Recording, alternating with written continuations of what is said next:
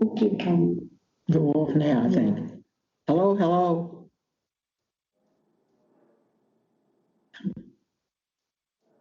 We can hear you loud and clear, Congresswoman.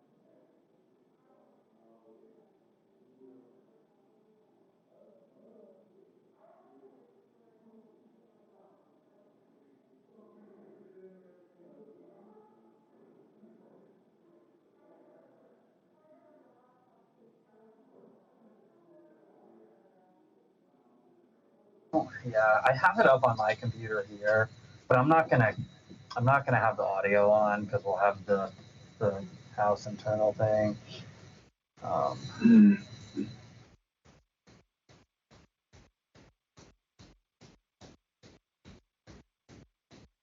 Looks like Rick is on.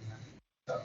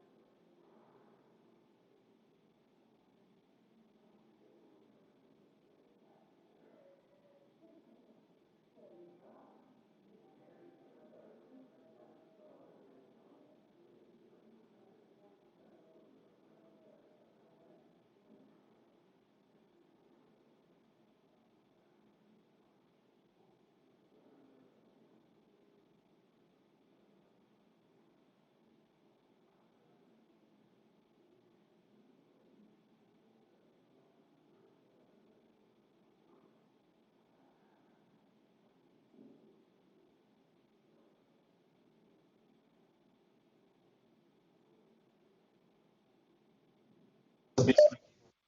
What you can do to order. Streaming yet, but I'll be able to watch the public streaming one day.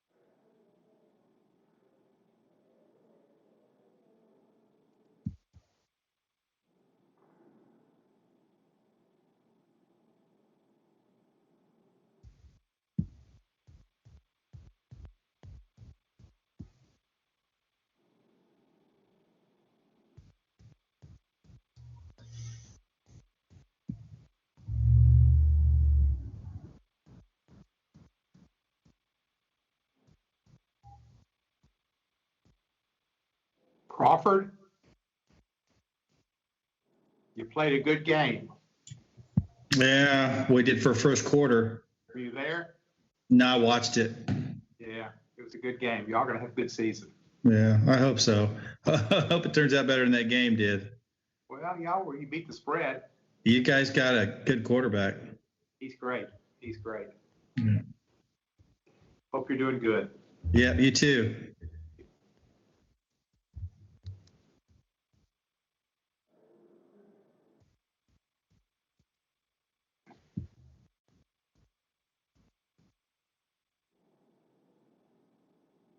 Lowenthal, say hello.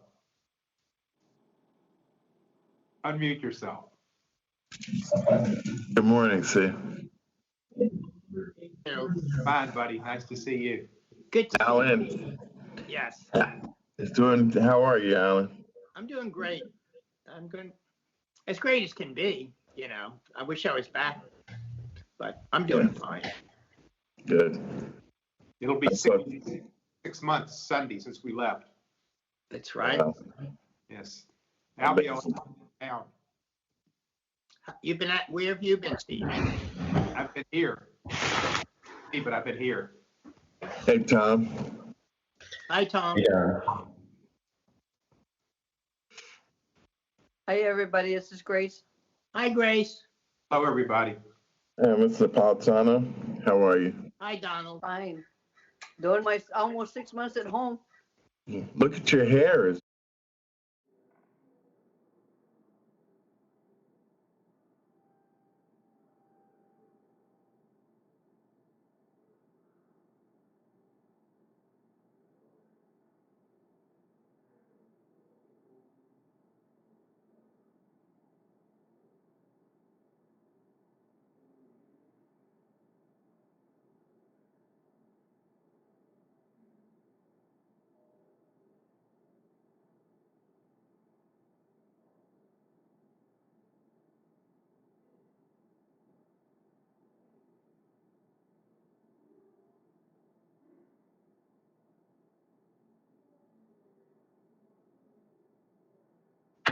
Subcommittee will come to order. I ask unanimous consent that the chair be authorized to declare a recess at any time during today's hearing. Without objection, so ordered. I also ask unanimous consent that members not on the subcommittee be permitted to sit with the subcommittee at today's hearing and ask questions. Without objection, so ordered. As this is a hybrid hearing, I want to remind members of key regulations from the House Committee on Rules to ensure this hearing goes smoothly. Members must be visible on screen for the purposes of identification when joining this hearing. Members must also continue to use the video function on today's software platform, Cisco WebEx, for the remainder of the time they're attending this hearing unless experiencing connectivity issues or other technical problems. If a member is experiencing any connectivity issues or other technical problems, please inform committee staff as soon as possible so you can receive assistance. A chat function is available for members on the Cisco WebEx platform for this purpose.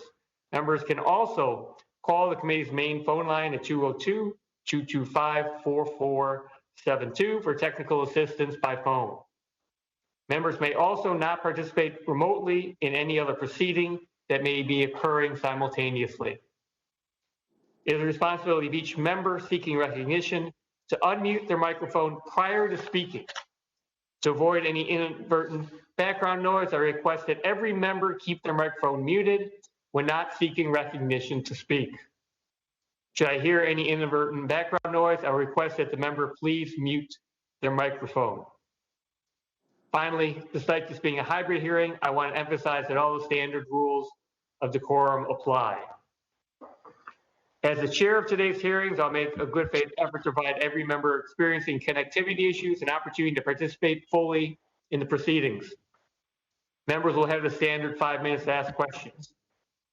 To insert a document into the record, please have your staff email it to the committee's clerk, Mike Twincheck, at mike.twincheck@mail.house.gov. This hearing also is being live streamed for the public to view. And with that, I will now recognize myself for 5 minutes for an opening statement. Good morning. I want to welcome everyone to today's Railroads, Pipelines, and Hazardous Materials Subcommittee's hearing on Amtrak's response to COVID-19. As you can see, we are doing a hybrid hearing today with most members and our witnesses remote to safely conduct this hearing. I want to wish everyone participating or watching this hearing my best during these tough times. And I hope everyone's family and loved ones are safe. Before we get started, this is my first opportunity to publicly congratulate William Flynn, who became Amtrak CEO less than 5 months ago. There could not be a much tougher time to begin the service. Full and healthy. The world is yours. How old are you all? 31 and 32? All right, Will. Okay. I think we got that corrected the mute there.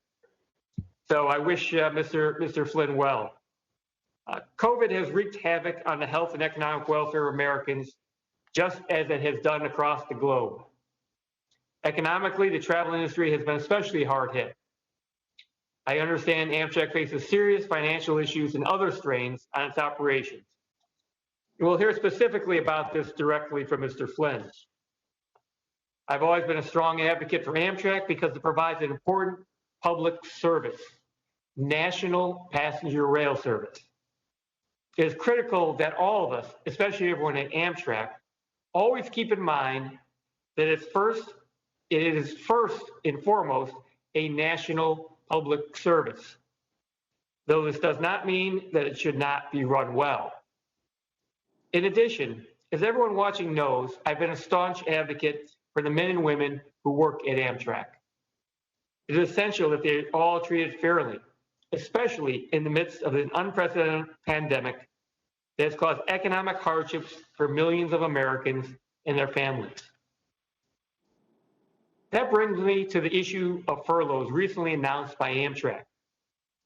Congress recognized the financial difficulty Amtrak is experiencing because of a steep drop in ridership and provided over $1 billion in CARES Act funding for Amtrak, with the understanding that part of the funds would be used to prevent furloughs.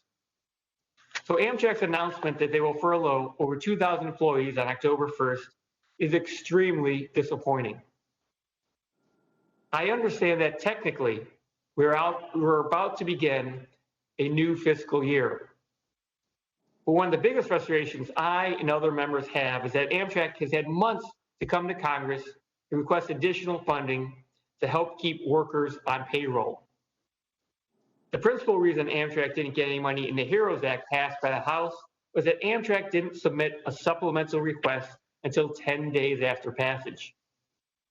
To make matters worse, Amtrak is just now submitting their amended FY21 supplemental request to Congress less than 1 month before the current fiscal year expires, and Amtrak plans to implement these furloughs. My frustrations aside, I believe that Congress needs to act quickly to prevent furloughs and avoid long-distance service cuts.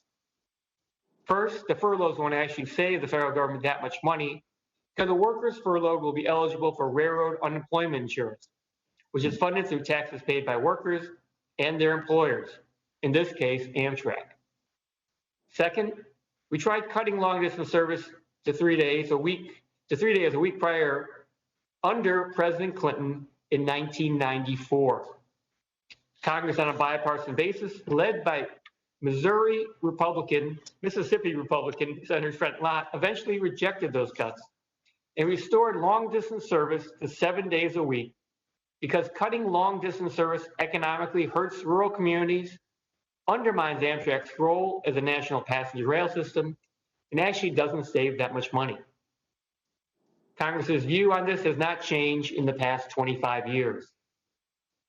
Finally, we should reject these cuts because most of us on this committee believe that whenever this pandemic is over, Amtrak should go back to running the service it had before this pandemic. We cannot just flip the switch, so to speak, if Amtrak is going to lose valuable workers, know-how, and riders because of these cuts. Ultimately, the furloughs and long-distance service cuts are misguided and weaken our national passenger rail service. It's important we hear from Amtrak CEO William Flynn today on his long-term vision for Amtrak and why Amtrak is making these cuts. Finally, I feel it necessary to remind Amtrak that while I strongly support our nation's passenger railroad, Amtrak must heed and not ignore Congress's desire that works well with others, including commuter railroads like Metra in northeastern Illinois, as well as states and local municipalities. Too often it feels like Amtrak is happy to take money from Congress and then ignore Congress's directives. That is not helpful, especially when Amtrak needs much more from Congress right now. With that, I recognize Ranking Member Crawford for his opening statement. Thank you, Mr. Chairman, and thank you for holding this hearing. I also want to thank our witnesses for being here today. Our hearing today is to review Amtrak's response to the COVID-19 pandemic. In March, Congress gave Amtrak over $1 billion in additional funding to offset pandemic losses and avoid furloughs. Since that time, however, Amtrak has significantly cut its routes and announced that it's laying off 20% of its workforce. That's almost 4,000 people by October 1st, 2020. Amtrak has also more than doubled its fiscal year 2021 funding request from just over $2 billion to almost $5 billion. I'm troubled that Amtrak is receiving and requesting record amounts of funding while cutting services of thousands and thousands of jobs. Amtrak also recently requested a waiver of its Buy America requirements to purchase equipment from foreign countries. When I asked for more specifics in a July letter, Amtrak could not provide even the most basic information, including the costs and origins of the equipment. Amtrak should not be spending its taxpayer-provided bailout money on foreign goods while cutting American jobs and services. I welcome new Amtrak CEO Bill Flynn. I look forward to hearing about how he's responding to the COVID-19 crisis, but also his thoughts on other important issues, including his plans for meeting Amtrak's congressionally mandated requirement of making a profit. Thank you again to all our witnesses for being here today, and I yield back the balance of my time. Thank you, Mr. Crawford. Chair will now recognize the ranking member of the full committee, Mr. Graves, for an opening statement.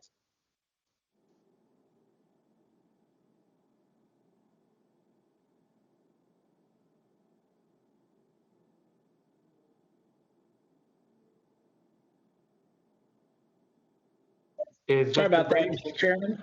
Sorry about that. I was muted. Okay, go ahead. I want to thank you for holding this hearing. I do want to thank all the witnesses for attending. Obviously, today's hearing is a great opportunity to review how Amtrak has handled the COVID-19 pandemic. Prior to the crisis, Amtrak was coming off its best year ever. And in 2020, Amtrak was expecting to make a profit for the first time in almost 50 years. But after the pandemic, Amtrak obviously reported that its ridership dropped by 95% and its revenues were down 82% compared to the 2019 levels. Today's also Amtrak CEO Bill Flynn's first appearance, as you pointed out, before the committee since taking over in April, and I welcome Mr. Flynn.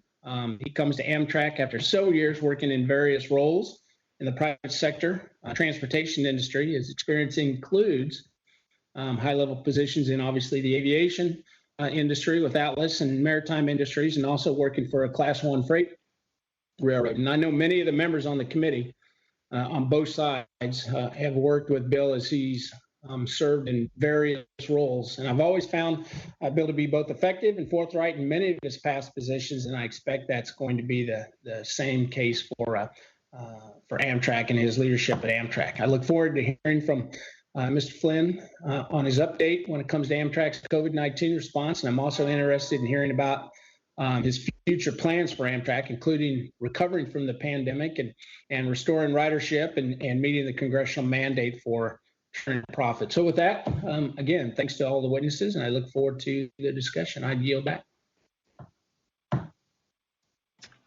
Thank you, Mr. Graves. I'd now like to welcome the witnesses on our panel. Mr. William Flynn, President of Amtrak, Mr. Arthur Maratia, National President, Transportation Communications Union, Ms. Amy Griffin, President of Local 1460, and Mr. Jim Matthews, President and Chief Executive Officer of the Rail Passengers Association. Thank you for participating today, and I look forward to your testimony. Without objection, our witnesses' full statements will be included in the record. Since your written testimony has been made part of the record, the subcommittee requests that you limit your oral testimony to 5 minutes. And with that, Mr. Flynn, you may proceed for 5 minutes. Good morning, Chairman Lipinski, Ranking Member Graves, and Ranking Member Crawford, and members of the subcommittee. Thank you for the kind welcome and the opportunity here to address the committee. As you know, I'm Bill Flynn, Amtrak's recently appointed President and CEO, and I'm here to discuss our company's response to COVID-19. But I have to start my remarks by thanking our dedicated employees who have more than risen to the pandemic challenge.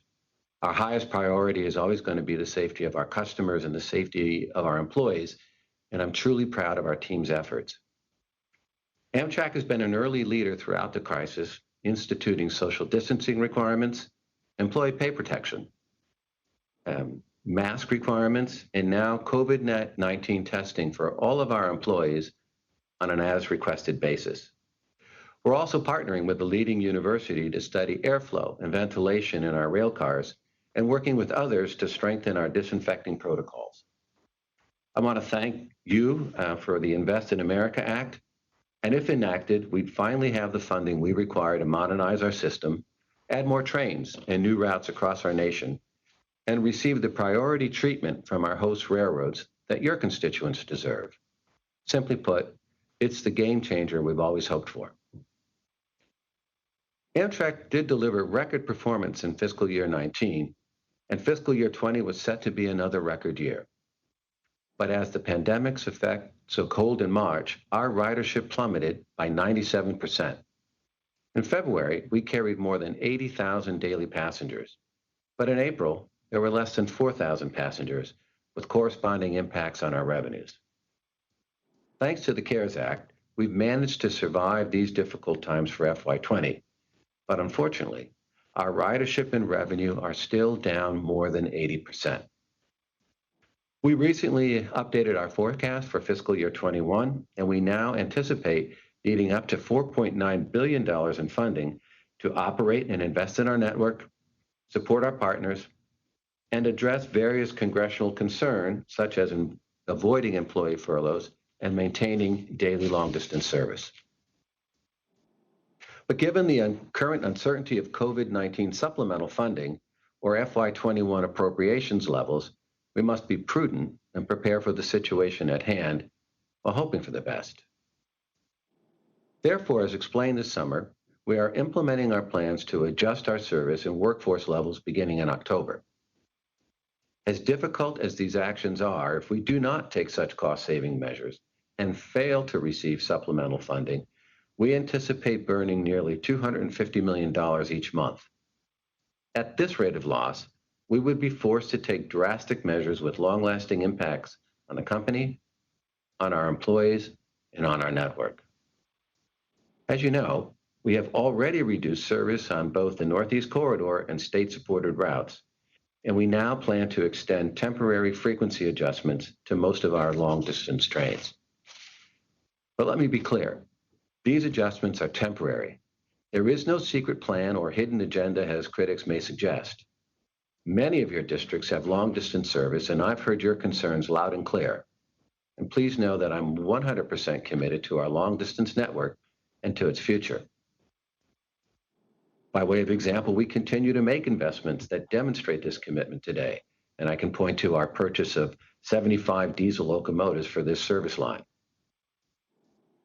Until our ridership recovers, we must make difficult workforce adjustments, as we cannot continue to indefinitely fund a workforce too large for the number of passengers we're serving.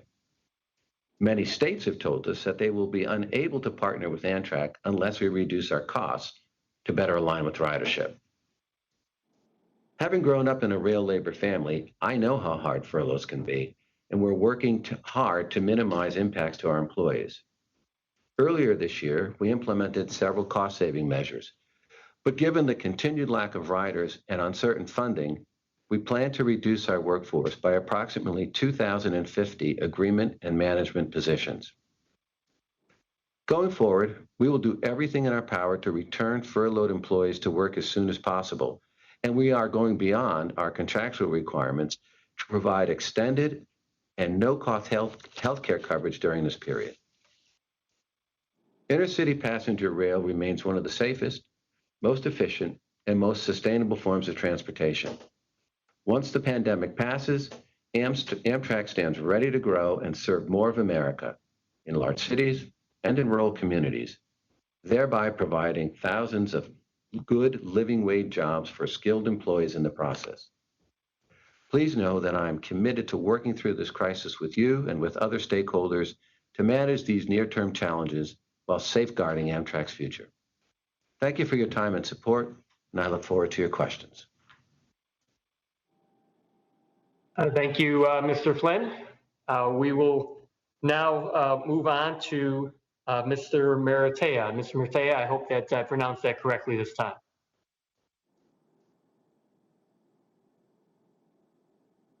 Thank you, Chairman. Yes, you did. Perfect, right on mark. Thank you, Mr. Chairman. I want to thank you, Ranking Member Crawford, and Chairman DeFazio, for allowing me to speak today on the impact of COVID-19 on Amtrak's workforce.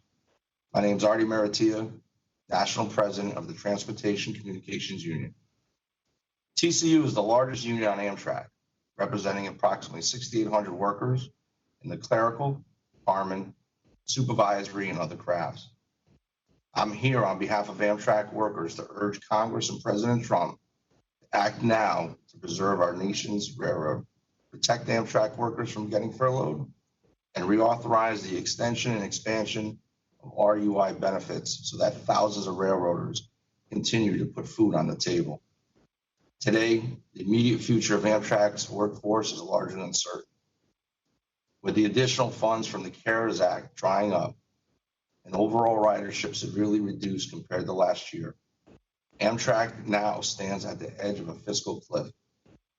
Absence action from Congress, October 1st, will mark the beginning of severe workforce and service reductions nationwide.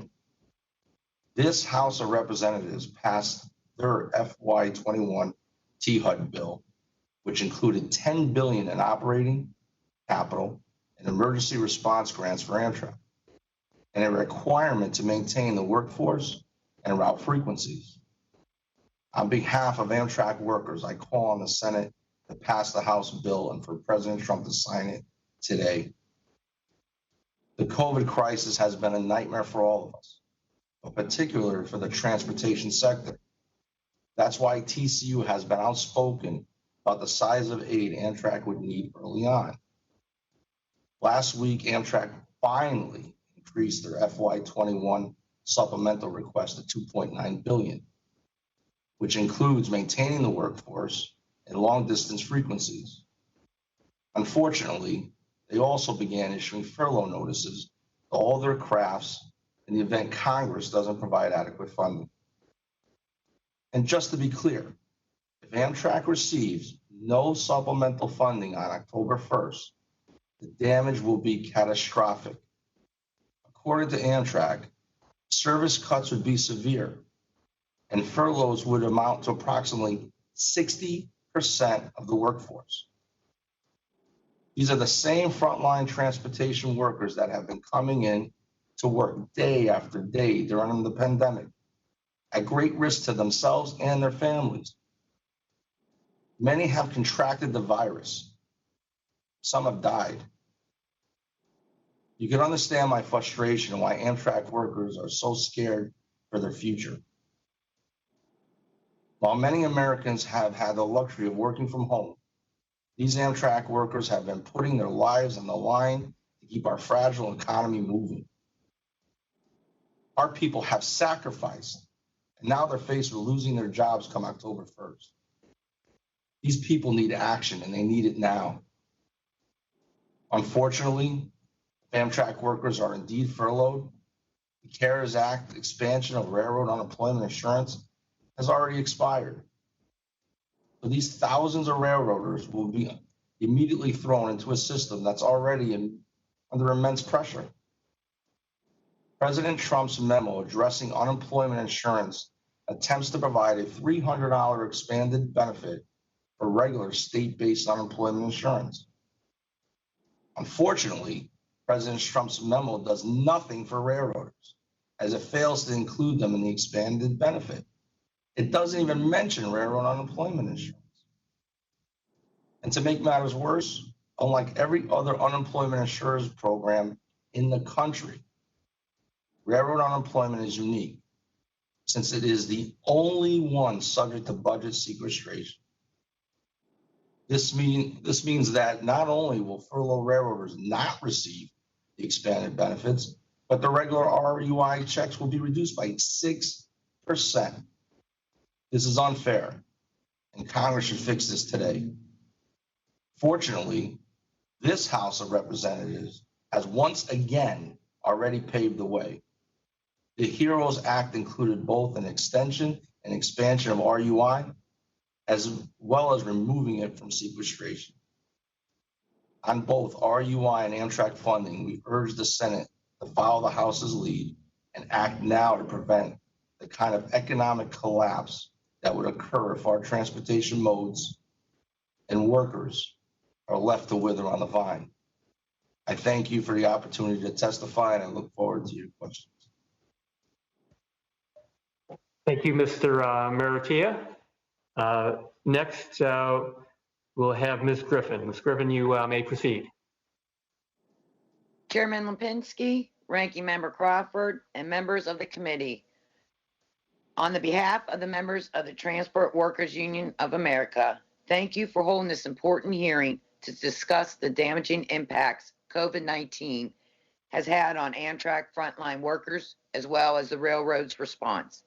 The TWU represents over 150,000 members at railroads, airlines, transit systems, and other industries. TWU members, like other critical frontline workers across the country, have suffered greatly from this virus and the economic fallout. More than 90% of TWU members, including all of our members at Amtrak, are frontline transportation workers who've been deemed essential during this pandemic. Nearly 10% of TWU members have tested positive or have been quarantined from the virus. However, these numbers do not account for the additional emotional and mental toll the virus has taken on me and my colleagues. Despite these serious challenges, TWU members have continued to provide essential services across the country. I greatly appreciate the opportunity to share both my own experience and the experience of Amtrak workers during the COVID-19 crisis. This is an issue with which our union is unfortunately all too familiar. As a lead service attendant, onboard service for 32 years, president of Transport Workers Union, Local 1460, and most importantly, as an American, I feel it is my duty to serve under these dire circumstances. Amtrak workers have persevered through this crisis by relying on each other more than the railroad. At the beginning of the crisis, when Amtrak claimed it could not find masks or sanitizer for our members, the TWU secured proper PPE and distributed to the frontline workforce. Today, while access to protective equipment and supplies is no longer an issue, we've been forced to trade best practices between ourselves as the company's pandemic policies put the frontline workforce at much more risk of exposure. This past July, while working my regular position as lead service attendant on the DC to Boston Amtrak Acela route, I was notified by my supervisor that I'd been in contact and exposed to an employee who tested positive for COVID-19. Despite the significantly increased chance of spreading the virus, The railroad still expected me to work the rest of my scheduled days without seeking testing. Fearing the possibility of infecting passengers and coworkers on my train, I elevated my concerns, was ultimately told that I would work the trip back from Boston to DC, potentially exposing hundreds of passengers needlessly, and then I'd be taken out of service at the end of the route. On the next day, I was not removed from service. After again elevating the situation through my union, I was finally taken offline and told to quarantine for 14 days. However, the railroad abruptly ended the quarantine early, and I was never tested for COVID-19 before I returned to work. My experience is typical of the approach Amtrak has taken towards their workforce and the potential spread of COVID-19. There is currently a lack of coach cleaners as a result of the coronavirus. Amtrak has chosen to leave these positions vacant, making it harder for the cleaners to sanitize the cars properly. The frontline workforce is working hard every day to overcome these unnecessary handicaps and keeping the traveling public safe. This is why it's extremely disheartening that Amtrak plans to furlough 20% of us beginning in October. Per Amtrak management, as many as 10,000 workers at the railroad could be impacted by these reductions. Every one of these workers is key to responding to the current pandemic and to our economic recovery. These are devastating numbers that require immediate action from Congress. Amtrak's management recent decisions make it clear that these cuts are not necessary in any case. For example, management has committed to restarting the 401k match for themselves beginning in October, just as the first set of frontline workers will be sent into unemployment. In November, pandemic pay cuts for management expire and they will return to full pay.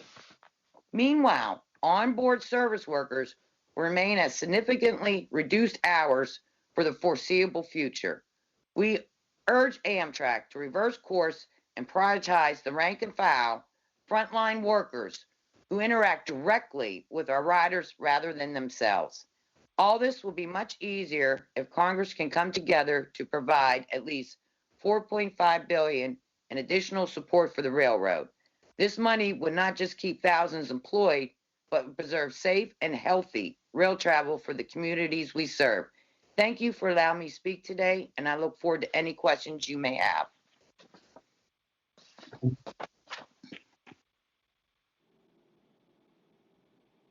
Thank you, Ms. Griffin. Mr. Matthews, you may now proceed. Thank you, sir. Good morning. And thank you, Chairman Lipinski, Ranking Member Crawford, and all of the members of this subcommittee for your leadership on passenger rail. I'm Jim Matthews. I'm President and CEO of the Rail Passengers Association. We are the oldest and largest group speaking for more than 40 million Americans who rely on trains of all kinds, long distance, short corridor, and commuters.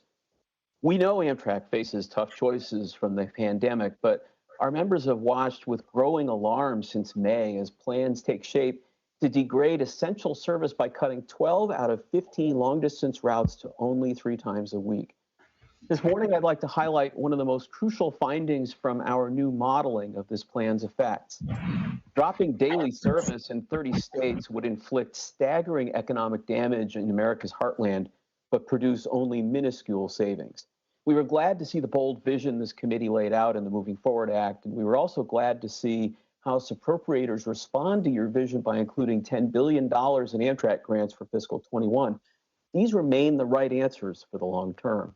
But we're also glad to hear that Amtrak is working with you on a no-harm supplemental request to at least maintain nationwide daily service and prevent massive layoffs.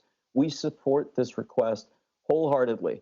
Failure to act on some kind of bare-bones supplemental would deal a catastrophic blow to not only long-distance routes, but also state-supported and commuter trains as well. Truly essential daily service and the foundation for future growth. But even a bare-bones supplemental would mean great hardship for millions of Americans in hundreds of smaller and rural communities. You know, more than 62 million people live in so-called flyover country. A quarter are veterans. Another quarter are seniors over 65.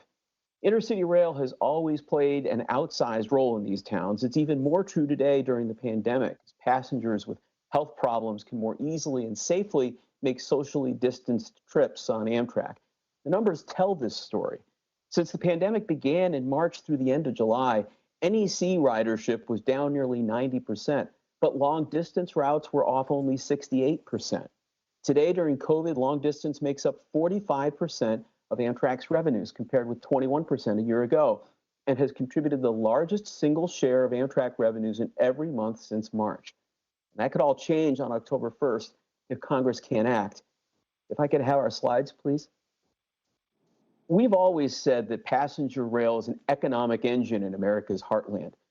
In 2018, we co-developed a rail service benefits model with the University of Southern Mississippi's Trent Lott Center. We used it to look at Amtrak's 3 times a week plan. Next slide, please. And we found that the 12 routes in Amtrak's crosshairs contribute some $4.8 billion to the communities served every single year. Next slide, please. I can also report today that cutting daily service could drop at least a $2.3 billion bomb on flyover country, while possibly only saving Amtrak $213 million. Overall, the damage could top $3 billion if Amtrak's planned 9 months of degraded service stretches another quarter to a full year. I'm finished with the slides, thank you. Some Amtrak communities will be hit especially hard. That's because several big airlines now say they'll drop service when the CARES Act expires. In fact, of 67 cities facing air cutbacks, nearly half, 31 of them, would also lose trains from Sacramento and San Antonio to Charleston and Tampa. These routes touch nearly every corner of our country. On the Empire Builder in 8 states from Illinois to Washington, those towns face a nearly $400 million blow. The north-south city of New Orleans between Illinois and Louisiana today produces nearly $134 million in economic benefits. 3X service could wipe out as much as $88 million of that. Simply put, the drastically reduced utility of a nationwide network operating only 3 days a week on mismatched schedules, making connections difficult or impossible, will gut these services. And snatching as much as $3.1 billion from our hardworking heartland during a historic recession for the sake of only $213 million in savings to Amtrak seems to us to be bad public policy. And it also ignores history. Amtrak tried this in 1994. It didn't work then. It's not going to work now. Passengers travel for the same reasons today as they did then, and they'll skip the ride for the very same reason.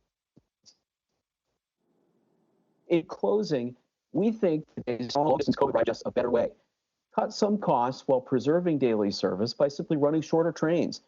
Fewer locomotives mean less fuel burn, fewer coaches mean less maintenance, but continued service means continued opportunities to earn badly needed revenue, the largest single pandemic revenue contributor since March. When gas tax revenues flatlined, Congress didn't let the Federal Highway Administration close highways 4 days out of 7. Congress shouldn't stand by and allow our national railroad to impose 3X service on hundreds of hardworking towns across America's heartland, towns which, in many cases, can afford it the least. Strong investment in Amtrak could position our country for recovery, but at the very least, preserving daily service will stave off disaster in flyover country. Thank you. Thank you, Mr. Matthews. We'll now move on to member questions. Each member will be recognized for 5 minutes, and I will begin by recognizing myself for 5 minutes.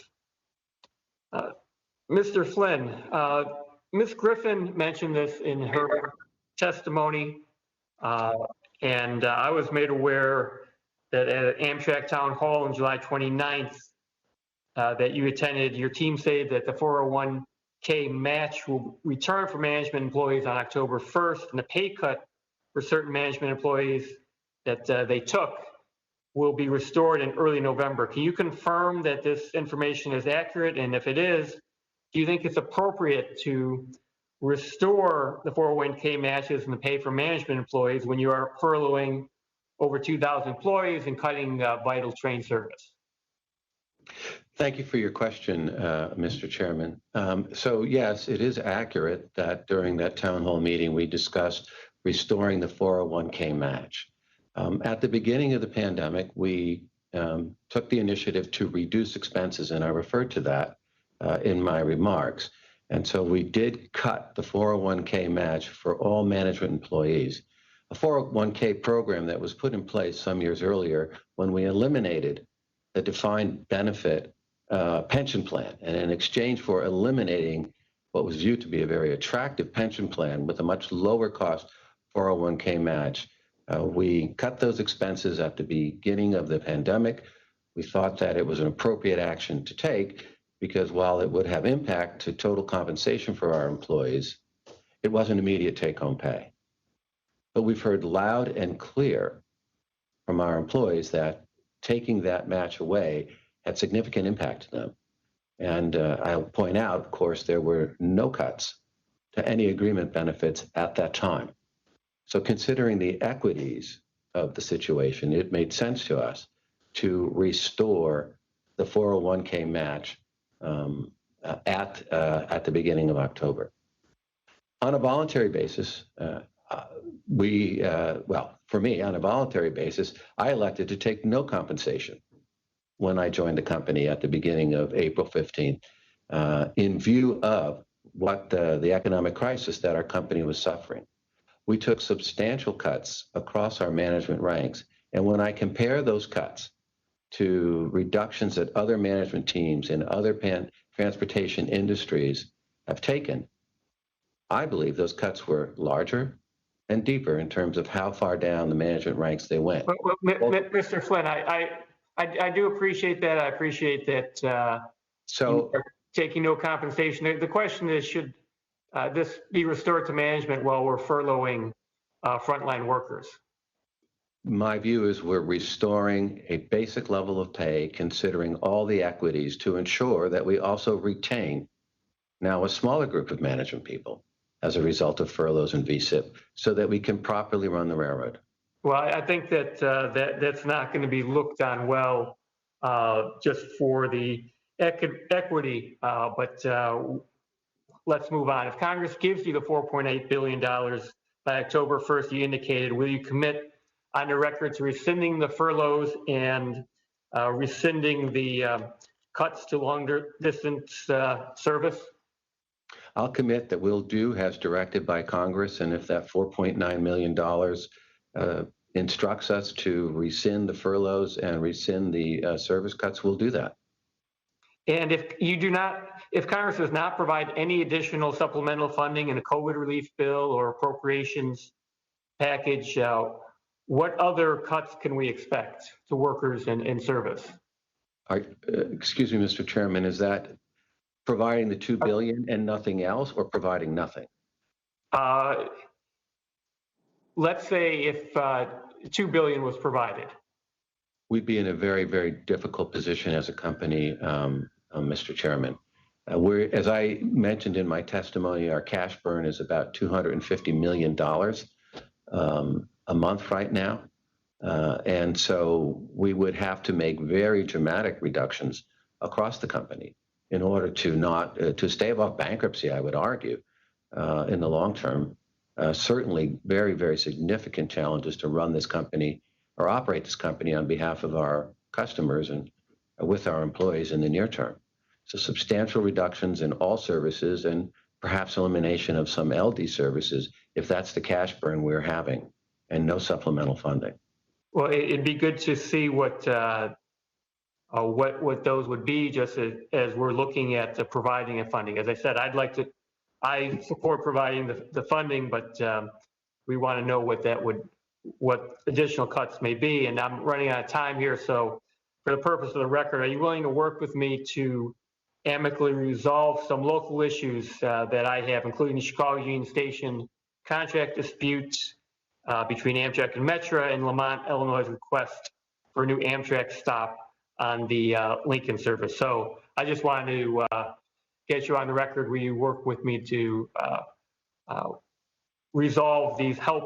to resolve these local issues? I certainly will, Mr. Chairman. And as I mentioned, I did meet with Metra CEO, and we talked about some very useful measures we can take, and we'll continue to work to resolve our differences. Thank you. Appreciate it.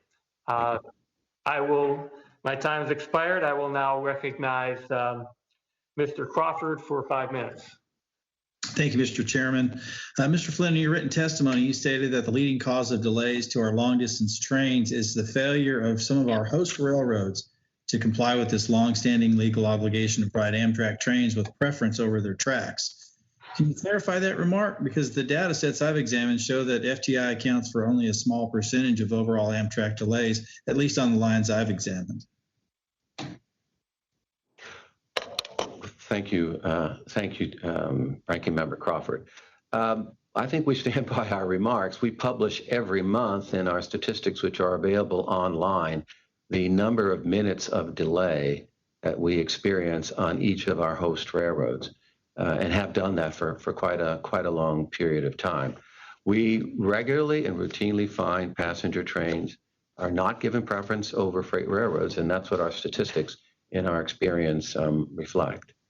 And that's why, in part, we were encouraged in the INVEST Act that there's language there that would provide us a private right of action to be able to enforce our statutory rights. I've been closely following the metrics and standards rulemaking out of the FRA, understanding the need for preserving Amtrak ridership and providing Amtrak riders with a safe and positive experience.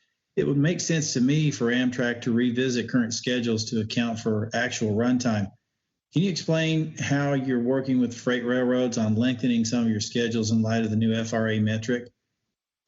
Well, we're working with the FRA to have the new standards and metric rule finally issued. That hasn't been issued yet. We are in regular and routine correspondence and communications with the FRA about the schedules that we have in place and how those schedules could be adjusted. We have a team of people here who are simply dedicated to the working relationship with our Class 1 railroads, and they speak with the Class 1 railroads regularly, in some cases at least once a week, on the different scheduling issues we may have. Can you commit that Amtrak is willing to lengthen schedules where it's appropriate? I'm not sure I can answer that question. I'm not sure what where appropriate means. We have a schedule requirement of 80% on-time arrival within 30 minutes. I don't know what where appropriate means from the railroad point of view. We'd need to really dig into the details, and we'd need a final rule on standards and metrics for me to be able to do that. Okay. All right. Thank you. I yield back, Mr. Chairman. Thank you, sir. Mm-hmm. Thank you, Mr. Crawford. Chair will now recognize Mr. Series for 5 minutes. Thank you, Mr. Chairman. You know, a lot has been made of the use of enhanced cleaning procedures, advanced air filtration systems, limit reservations, a lot of cleaning. What has been the feedback from rail passengers on the process? Thank you for that question, Congressman Series. The feedback has actually been very positive, both in terms of our customer service satisfaction, I should say, surveys and focus groups that we have with our customers. We have regular focus groups virtually with our most frequent passengers. And I can say also anecdotally, I ride our trains between New York and DC quite regularly. I get to speak with our onboard service staff and with customers, and we've received very positive feedback on. So you'll be meeting with Association of Passengers members, you know. I'm certainly available always to meet with anyone that's representing our customers. And as I mentioned in my remarks and in my official my filed testimony, we continue to investigate what more we can do to enhance that environment.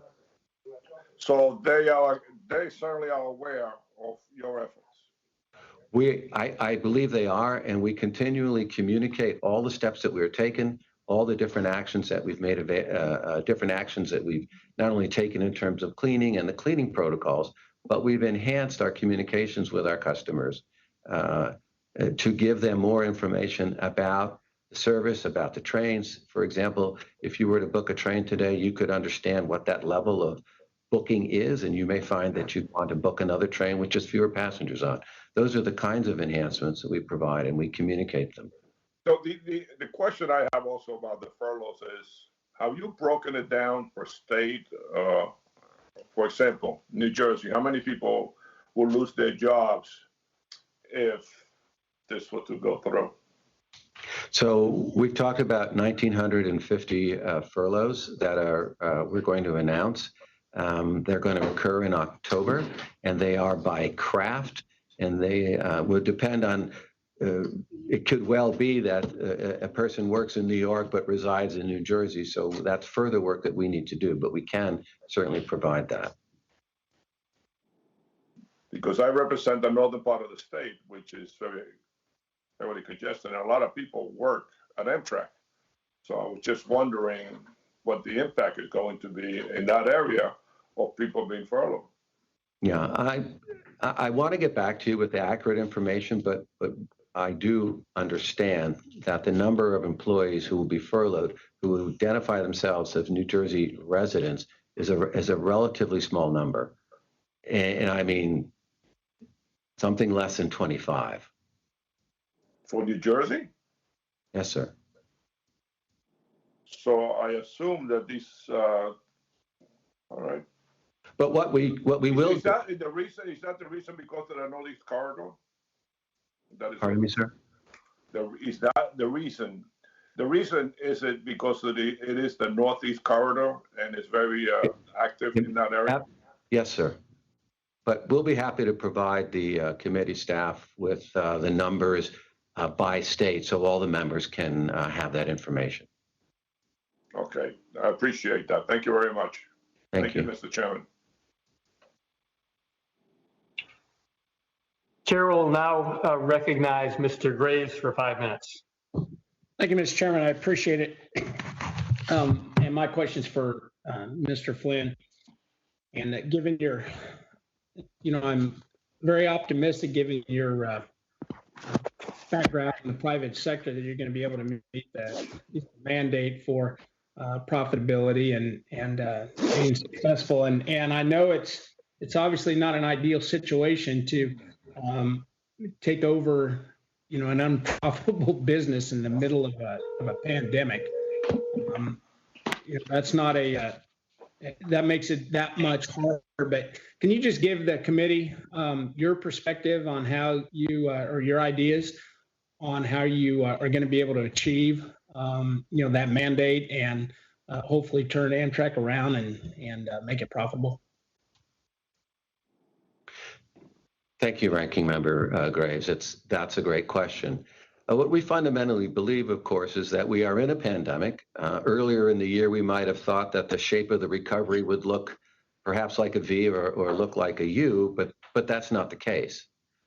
What we believe, of course, is that the service we provide is essential, that there is real demand for our service. And as we come out of that pandemic, there will be a combination of regaining prior customers as well as attracting new customers to our services. And we're engaged in some of that now. At the end of fiscal year 19, we had, as a company, had dramatically reduced losses on an adjusted operating income basis and well on track to have its first positive year in 2020. What that tells me is that our customers valued the service that we provided, and the results were such that the amount of earnings we were generating in 19 and into 2020 meant that the supplemental grants that we could get from Congress, we could use for capital investment in infrastructure that's desperately needed here. I believe that future is still out there for Amtrak. I think it's a few years away because we still don't know what the shape of the recovery is. But our vision is growth and expansion. There's a true demand for intercity passenger rail service in the corridor from our states and in our long distance network, and in particular on many metropolitan corridors that exist on that network. So I was excited to have the opportunity to leave Amtrak. When I accepted the position at the beginning of the year, I had a belief in there what the future could be, and I still hold that belief. It's just further out in the future now than I might have thought of in early March. Thank you. Appreciate it. Again, thanks for your testimony, and I'd yield back, Mr. Chairman. Thank you. Thank you. The chair will now recognize Mr. Payne for 5 minutes. Thank you, Mr. Chairman, for the opportunity to speak this day and welcome all the witnesses. The CARES Act, CARES Act included an important section that provided payroll grants to airlines and their contractors so that airline employees could be kept on payroll and avoid furloughs. The term of that requirement is set to expire at the end of this month. Do you think that any CARE Act extensions, any extension of the CARE Act payroll grant provision should be extended to Amtrak employees as well? And that's to all the witnesses. Mr. Flynn? Okay, thank you, sir. Wasn't sure if you wanted me to respond first. So we did receive just over $1 billion in the CARES Act. We have not furloughed any of our employees at this point in time. The furloughs that we have announced take effect in October. In our supplemental grant discussions and submissions, we have identified the amount of supplemental funding that would be required for us to avoid furloughs, and in the case of this year, to retain the full month service. Okay. Anyone else? Yes, Mr. Congressman, we would definitely support extending the CARES Act. In my testimony before, the CARES Act funding and protections for that our members received and long distance frequencies high on our want list in need for our employees, members of Amtrak. So we would absolutely be in support.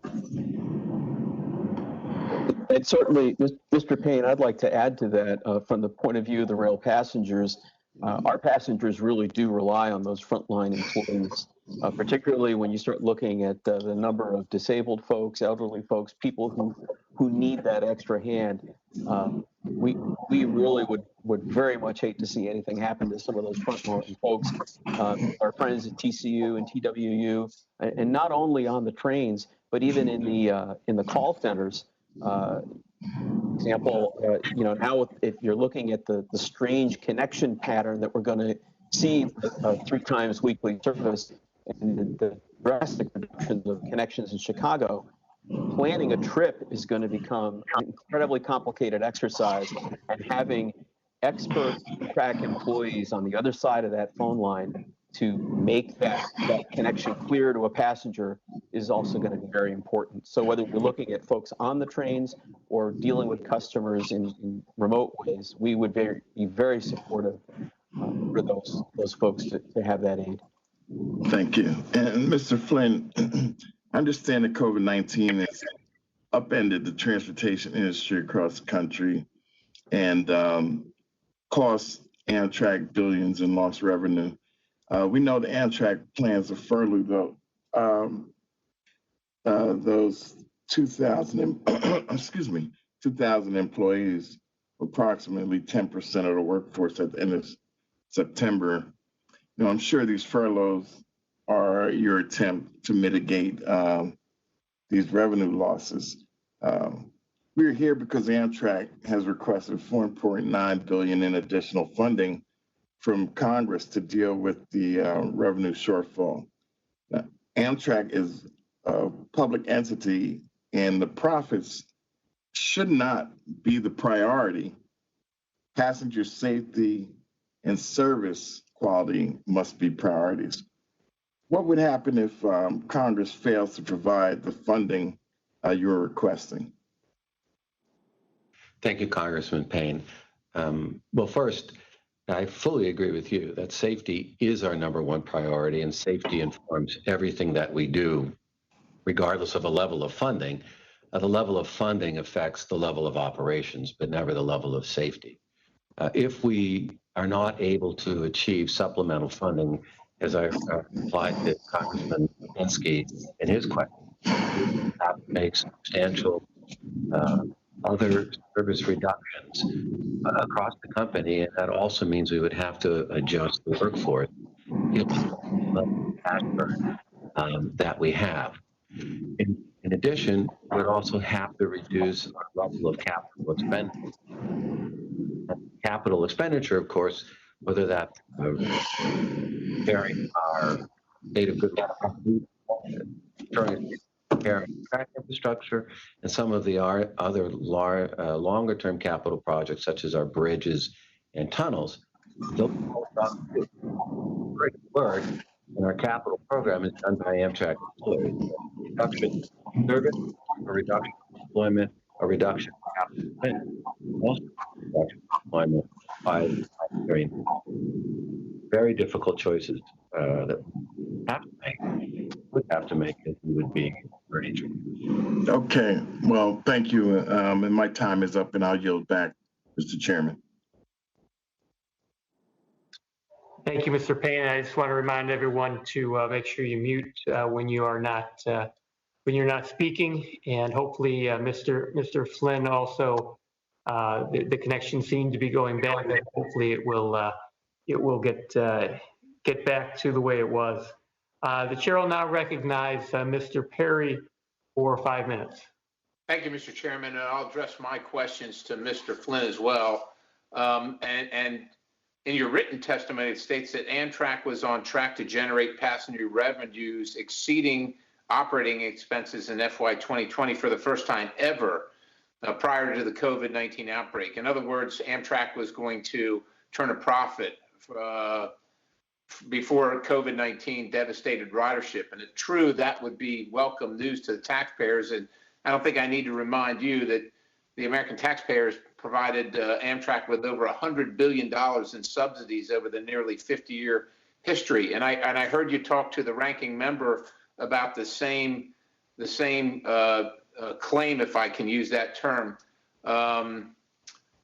I'm just wondering, can you explain then why Amtrak counts state-funded operation subsidies as passenger revenue, but does not count federal subsidies in the same manner? Because it seems to me that I'm not familiar with this accounting standard whereby you leave certain things out and put certain things in. So if you can explain that one, also explain why Amtrak does not include depreciation costs in total expenses for its unaudited monthly performance report, but includes these costs in total expenses for Amtrak's audited financial reports.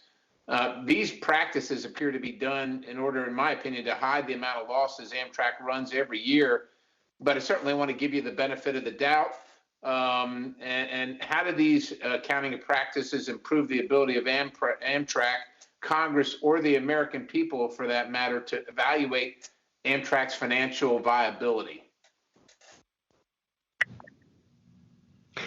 Thank you, Congressman Perry. Can you hear me okay? I do have you loud and clear at the moment. Okay, good. Well, thank you very much. So your question really gets to the financial reporting of the company, and are we reporting on a GAAP basis, or are we reporting on adjusted operating income basis?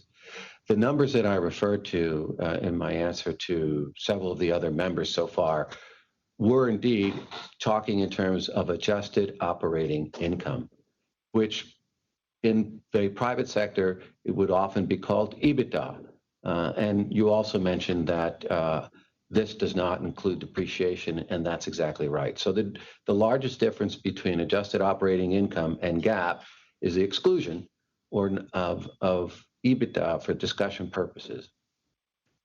Many companies across varied industries often talk in terms of EBITDA or some form of adjusted operating income to provide investors, if we're talking about a publicly traded company, to provide investors with as accurate a view of the core operating results of the company.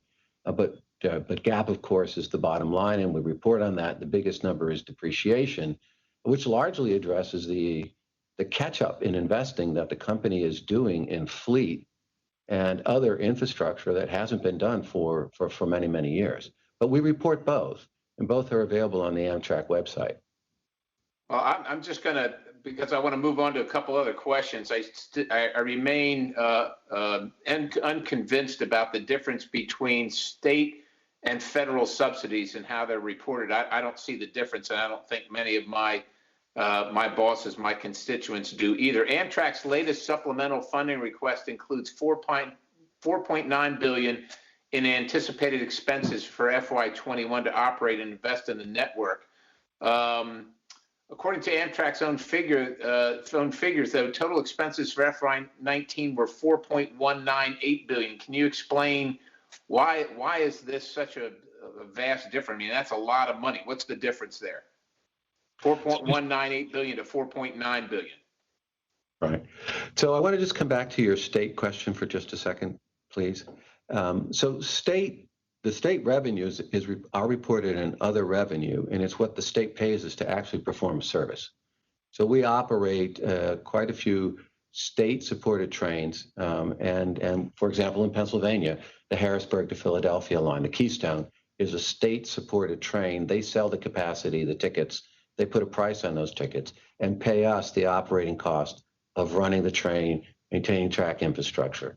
And based on Ernst & Young, who is our outside auditor, Ernst & Young provided us the accounting guidance that said that's where you should properly account for the revenues or the monies you receive from the state, because we're providing a physical service. We'd be happy to meet with your office or provide more detail out of time. But without being difficult, could you please repeat the question? I was thinking the answer of your prior question when you were asking that question, so I apologize. I'm out of time, but I would like to know the difference between the $4.9 billion request and the $4.198 billion expense for 2019. Like, why is there such a delta there? That's a lot of money, and I'm trying to figure out what the difference is there.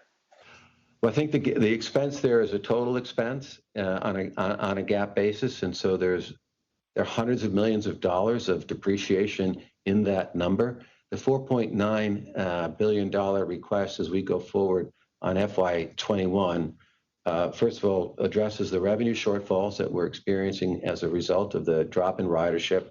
It includes monies if Congress so directs that we do not furlough employees, and so it would be covered in that. It includes operating expenses for the long distance network if we're directed to operate a 7-day service.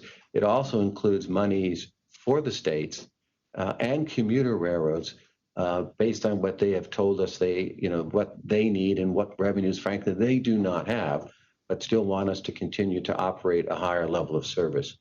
We'd be very happy to meet with your office or your staff and provide greater detail since we're out of time on that question, sir. Thank you, sir. Thank you, Mr. Chairman. I yield the balance. Thank you. The chair will now recognize Ms. Fletcher for 5 minutes.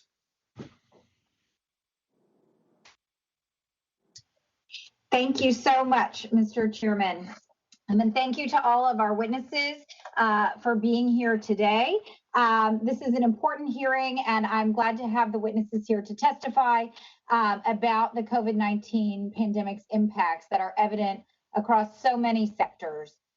From the energy industry here in my district to transportation systems across the country, sectors are under strain from the disruption and the danger that the pandemic presents.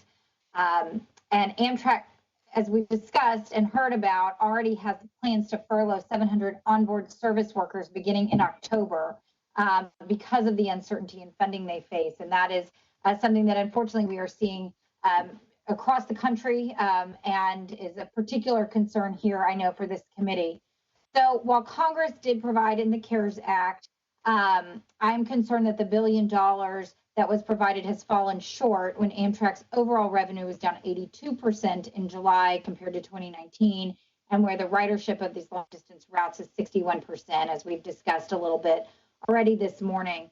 So this aid was an important lifeline, but we still don't know, and I think Amtrak still has yet to provide a detailed accounting of how it spent those funds from the CARES Act. So I'm concerned, but also would like to know how and when we will know how the CARES Act funding has been spent. So, Mr. Flynn, could you first address when a detailed accounting of CARES Act funding can be completed and made available to Congress and to the public?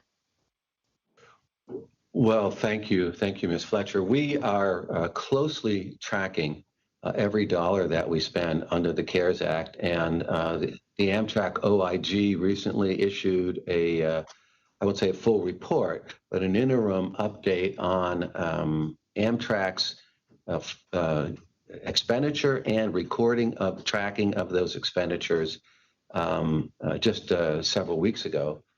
In addition, we provide the FRA and the committee staff with detailed accounting of how we have expended so far the CARES monies that we've been provided. And we'd be happy to provide that to your office so you could have those details, because we are reporting that now on an ongoing basis, ma'am. Okay, thank you. Yes, that would be useful, I think, for all of us to have that and to address this question of the funding. Also, in your testimony, Mr. Flynn, you mentioned the metrics Amtrak plans to use to decide when to bring back daily long-distance service on each route. And the three factors are public health, measured by COVID-19 hospitalization rates, future demand, measured by whether customers are booking trips near the same rate as 2019, and then the current performance, or how close ridership is to operating plan projections. I believe that cutting long-distance service to the 3 days per week may unavoidably slash demand because the service becomes less convenient for passengers. And certainly, we heard some concerns from our colleagues in the Northeast Corridor. We know in other parts of the country where there's less frequent service that there is an impact on demand. So given that predicament, how will Amtrak guarantee the long-term prospects of the daily long-distance routes? Thank you. Our view is we will continually evaluate our long-distance services with the view to restoring our long-distance services. That's our commitment. And you talked about the three areas we want to take a look at. So first of all, we want to look at just the state of the pandemic. Has it subsided, or are we in a situation where we have a phase two or a second wave of the pandemic? And that's just practical and common sense. The other thing in that public health that we're going to be looking at is whether there is indeed an effective vaccine or vaccines that have been developed and are also effectively being distributed and made available to the public, because we believe that is absolutely the inflection point as to when the public is going to feel safer about traveling again. In terms of level of ridership, it's comparing the level of ridership against a low level of capacity that already exists. So we're not going to compare the level of ridership or future demand in 21 against 19, because they're simply not comparable. And it's the ratios of the level of utilization or load factor that we'll be looking at would be load factor against very, already reduced capacity or frequency. So it would account for perhaps a lower level of ridership as a result of a lower level of frequency. And then the third area, Congresswoman, that we're going to look at is just our state of the company and what level of funding have we received. So I think they're three pretty common sense metrics to look at. It's something we're going to look at a continual basis. And our goal here is to grow our company, not shrink our company. And so as we come through the pandemic and we see a demand improve, we clearly want to be growing the company, and that would include certainly our long distance network.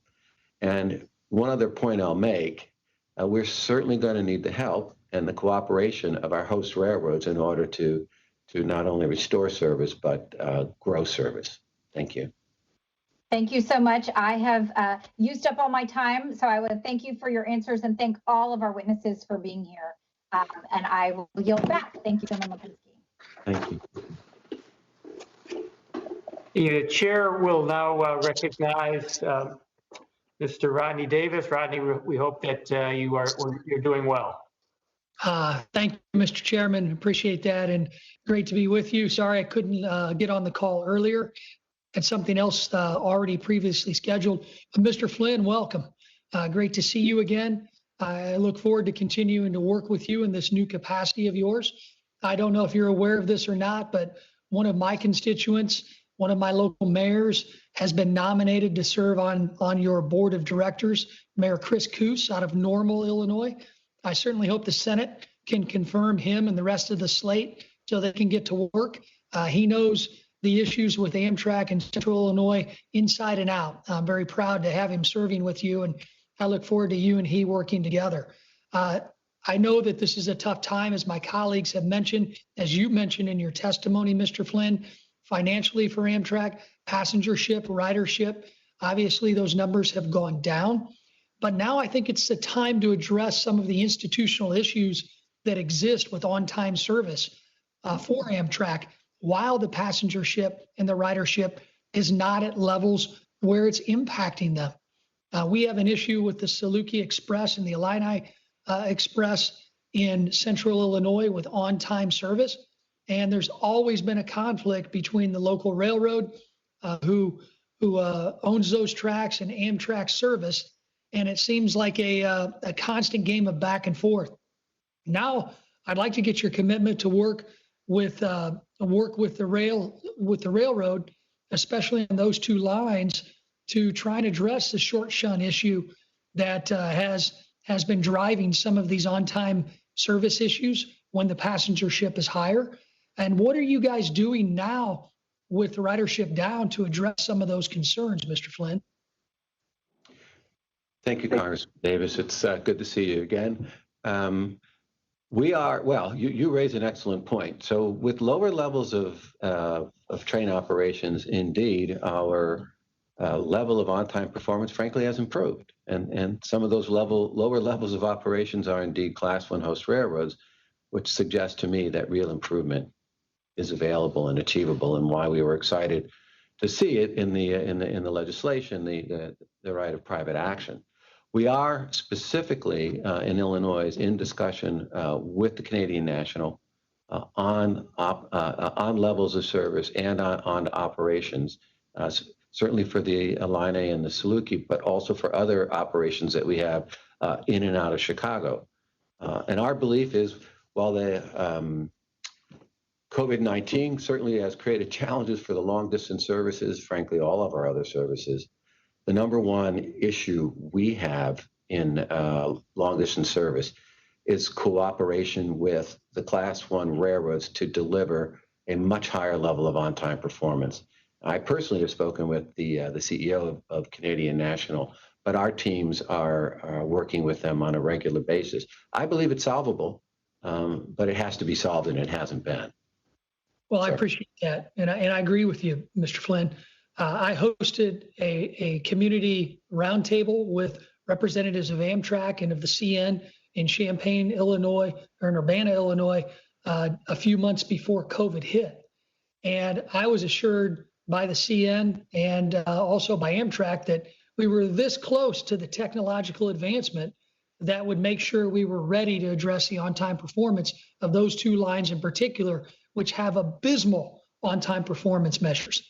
Now, I certainly hope as we move forward that you could reiterate to the CN, and I'll do the same, that we certainly hope that this technology should be tested now, just to see if it addresses some of the short shunt issues on those two lines. Because if we're not testing it now, and if there's not the cooperation now, I'm afraid we're going to go back to the same old once we get there. So if I can be helpful in urging the CN to work with you on testing this technology, please let me know. Or if you have any other ideas, I'd like to give you the rest of my time to make those ideas known. Thank you, sir. So we certainly understand the testing that needs to be accomplished with the short shunting situation that you described.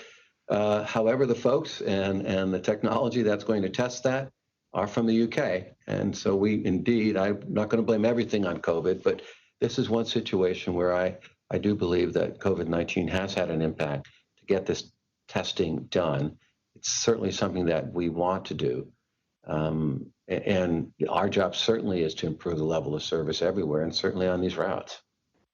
Well, great. I just got off another call with members of Parliament from the UK. So maybe we can get some maybe we can get the technology installed and provide the technical assistance via WebEx or Zoom. I'm sure Chair Lipinski would help us do that. Hey, I yield back my time, Dan. I took it all. Thank you, sir. Thanks. Thank you. We will now move on to Mr. Malinowski. You're now recognized for 5 minutes. Thank you, Mr. Chairman, and thank you, Mr. Flynn. I can only begin to imagine what it's like to take this leadership position at Amtrak at a moment of such crisis when ridership is down 95%. And I, want to tell you how much we appreciate how much responsibility you are bearing on your shoulders right now, and your willingness to serve in this job and to take our tough questions. We're all trying to pull together and keep this extraordinary railroad strong to help it survive this crisis. I do want to come back, speaking of tough questions, though, to the topic that Chairman Lipinski raised with you about the 401k contributions and the furloughs. And, I listened to your answer. I completely understand where you're coming from. I completely understand why an Amtrak employee would want to see those contributions resume. But I think, somewhat more concerned about those employees who may no longer be employees soon if they're furloughed or lose their jobs. I have constituents in that category. Just heard from one this morning, in fact. And, I wonder, for example, if you believe that you have to move in this direction, why restore the full 7%? Why not 2 or 3%? Why did Amtrak decide to move forward the date of restoration from January to October? Because originally you told the employees it would be January. Now you're telling them October. Is this all or nothing here, given the fact that so many people may lose their jobs? Thank you for the question, Congressman Malinowski. It was the decision, the restoration decision was really I would call it balancing the equities that were involved. The vast majority of our employees that we're talking about are frontline managers and supervisors who often are making less than the agreement employees that they supervise. And their benefits are not as rich as the benefits can be for our organized employees. And we were hearing loud and clear from our employee base just how concerned they were about the lack of the match. I had explained earlier, I think, to Chairman Lipinski that the 7% contribution is substantially less than what the contribution would be under a defined benefit plan that prior existed here. So it was a management judgment call, sir, and I thought, along with the senior leadership team here, that it seemed to be the right thing to do at the time, in part considering retention of employees. It's tough to furlough anyone. It's tough to lay anyone off. I come from a railroad family myself. I was 6, 7 years old, 2 years in a row. My father was furloughed. He was a locomotive engineer on the New Haven Railroad. And I don't remember all the details, but I remember the anxiety our family felt when that happened. And as a little 6 or 7, I don't remember a lot, but I do remember that period of time. And so it was a very difficult decision personally. Could you, and sorry, I mean, we don't have that much time, but could you convey to us, whether you know it now or after the hearing, how much this is going to cost? I mean, so that we can help evaluate this balance, because you have to balance laying people off and paying people these benefits, which they richly deserve. I agree with you. But either way, there is a cost, and it would help us understand the balancing decision better if we knew exactly how much this would this is going to cost. I off the top of my head, I don't have the number, but I'd be very happy. Okay. What about bonuses? Because I also understand Amtrak does have bonus programs for its management employees, bonuses that are tied to performance. Have those been paid out? Our bonuses are wiped out. Okay. Our bonuses this year, and our long-term incentive bonuses or the long-term incentive plan is wiped out for the next 3 years. Okay.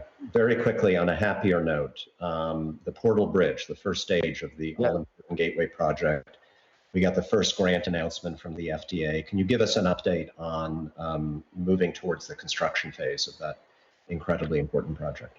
Yes, it's incredibly important, as you say. And so we're working very closely with New Jersey Transit to ensure that the FTA, the Federal Transit Administration, has everything they need so that they can enter into the full funding grant agreement that's required. And we're also very pleased to see the DOT commit more than $765 million to the project. And we're hoping for the possible start of construction in early 2021. It's certainly a very important project for us and for all of our customers. Thank you so much. Thank you. Thank you, Mr. Malinowski. Chair will now recognize Mr. Babin for 5 minutes. Thank you, Mr. Chairman. Really appreciate it. I wanted to ask questions of Mr. Flynn as well. Appreciate all of our witnesses being here. But Mr. Flynn, according to the Cato Institute, Amtrak currently receives a federal subsidy of roughly 30 cents per passenger mile. And compare that to the aviation industry, which receives a subsidy of roughly 1 cent per mile. Do you believe this is an appropriate balance here, a subsidy of per passenger mile for Amtrak? Thank you, sir. I'm not specifically aware of the numbers, but certainly I can address the question. The subsidy, we are viewed to be an essential service. We are receiving the subsidies, as you point out. We are generating an operational, on an operating income adjusted basis in fiscal year 19 and before and well into 20. We were generating a surplus on our Northeast corridor, essentially a break-even level of operation in our state supported network, perhaps a few pennies here and there. But the operational subsidy fundamentally underpins the long-distance services. And so the vast majority, if not all of that subsidy, if we were to do it on a service line basis, would be in the long-distance service. Okay. Well, it's just seems to be quite a discrepancy between 30 times greater than what we're seeing for the aviation industry. My second question would be when Amtrak received over $1 billion as part of the CARES Act. Here in Congress, we were expecting that this was going to help avoid layoffs and furloughs. However, Amtrak then announced that it would potentially be cutting roughly 3,700 jobs by October the 1st, 2020, while increasing its fiscal year 2021 funding request by almost $1.5 billion. How do you reconcile cutting those jobs while asking a dramatic increase in the amount of $1.5 billion? Thank you, sir. The slightly above $1 billion that we were fortunate to receive in the CARES Act really addressed our level of operations in fiscal year 2020. In early March, when we were first trying to gauge the impact of what the level of ridership would be post or in the pandemic, we anticipated about a 50% level of ridership in FY21 as compared to FY19, which would, I'll call it our last full normal year. That simply hasn't happened. Our level of ridership is going to be about 34% of FY19. The supplemental request that we made in May, as you point out, was just about $1.5 billion.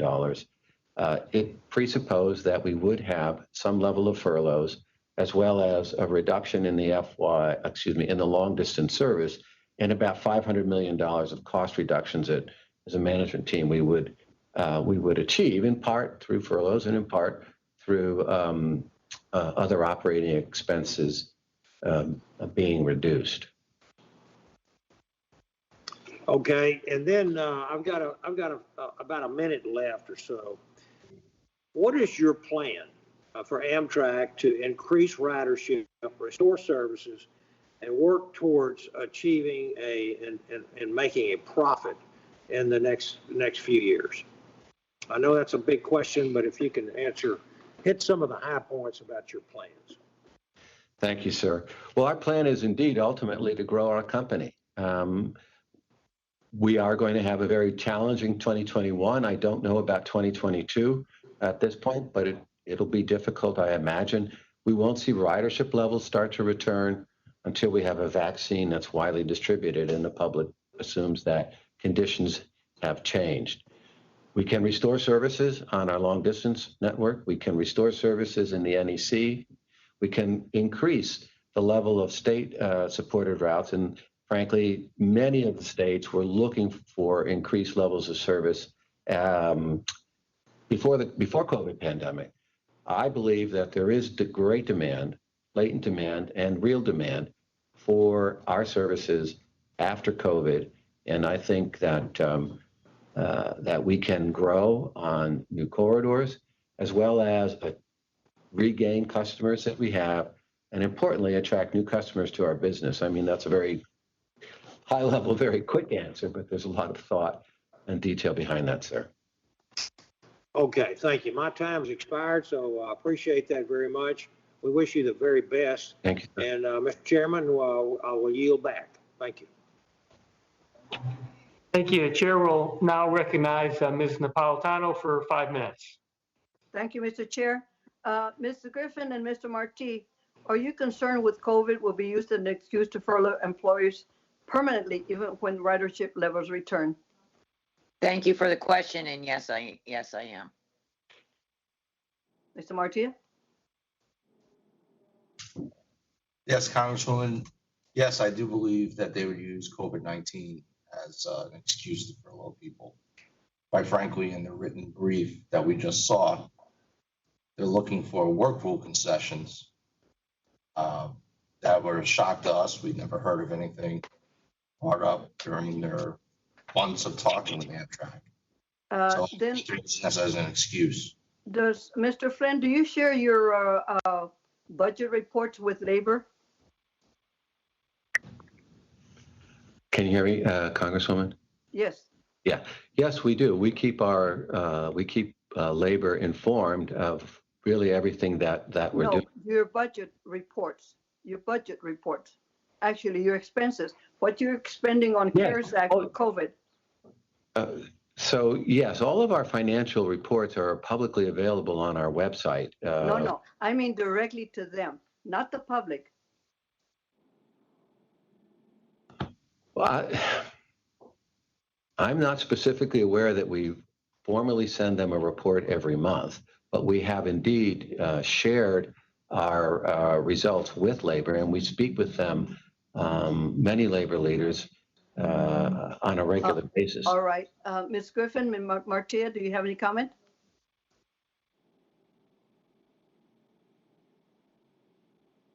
Ms. Griffin? Mr. Martia?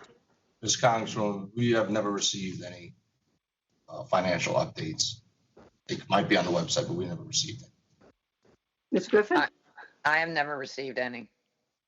It would behoove the agency to share with them so they know where the money is spending. If you're doing the 401k only to certain people, what justifies your being able to do that? Then the next question I have, I'm from California, and 3 of the 5 busiest state-supported routes are in California. Has the ridership on these routes, not on the Northeast Corridor, diminished to the same proportion as ridership on Northeast Corridor?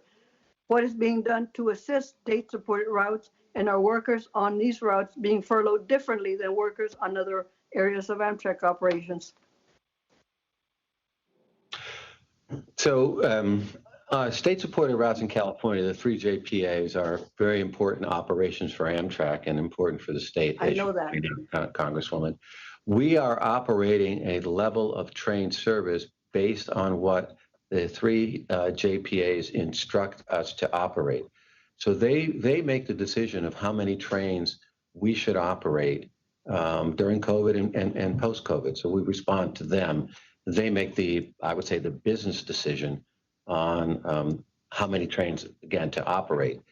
And our state partners are are certainly working with us, but also insisting that we keep our costs low.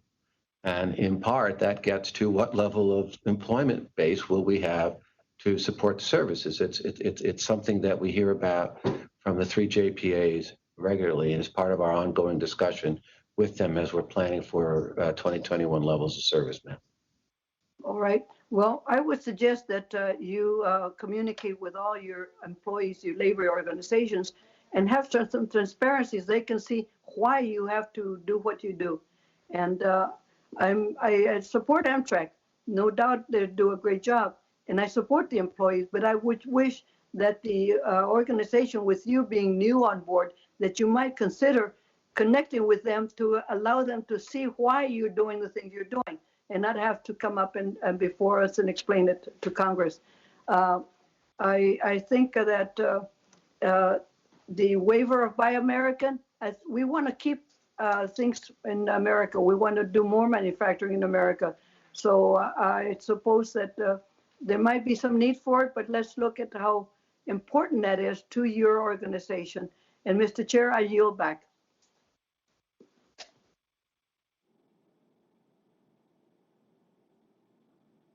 Chair will now recognize Mr. Smucker for 5 minutes.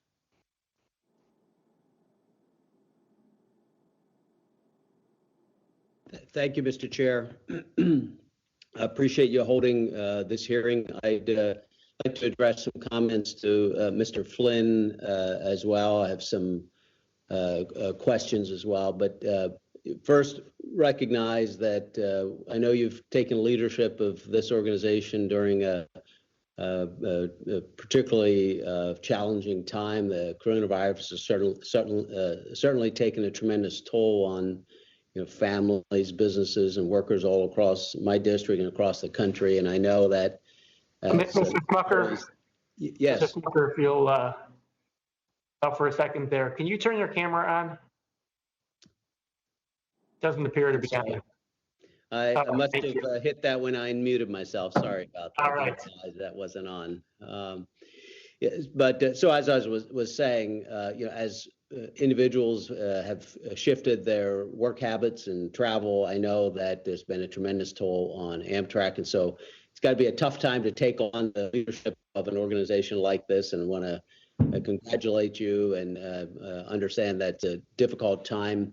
Rail is important to our transportation infrastructure, and I support rail passenger service as well. It's important in my community, particularly Amtrak.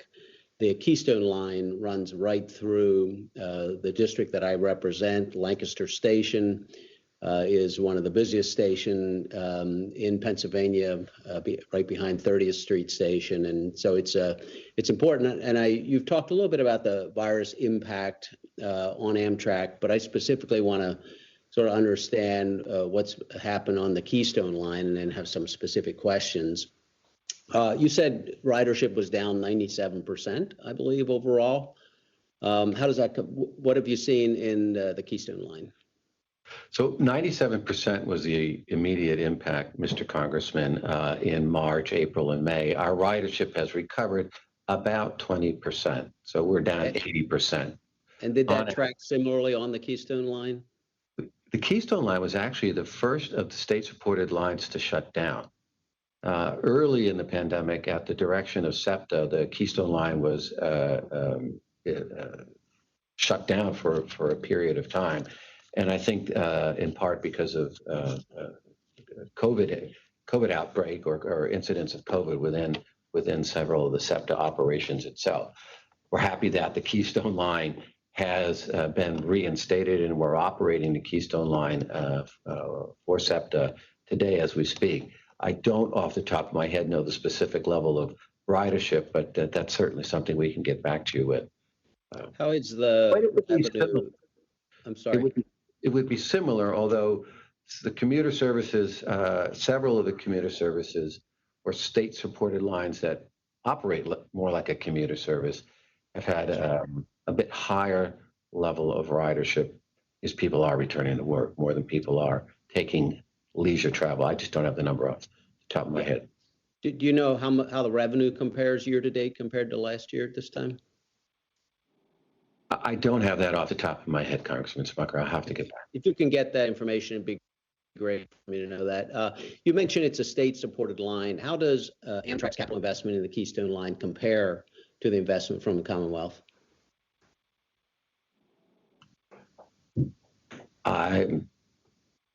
Another area I'd have to get back to you Sure. on. I don't recall that number off the top. Be glad to get that from you later. Do you know what percentage of the Amtrak stations along Keystone Line are ADA compliant? I do not. I do know that we are making substantial investments in ADA compliance, and certainly the Keystone Line is part of that. We have a requirement. And I'm sorry, I'm almost running out of time. So do you know what percentage of those upgrade projects were paid for by Amtrak as compared to by the state, by the Commonwealth? Most of it has paid by Pennsylvania, sir, in my understanding. Do all of the Amtrak revenues outside of ticket sales, including fees generated from other rail line utilizers and additional revenue, get reinvested back into the Keystone Line? If you Keystone revenues into Keystone Line, the Keystone Line is part of the entire Northeast corridor, and so there's a very comprehensive set of rules and legislation under 212. I'm going to stop you. I'm sorry. I'm at the end of my time here.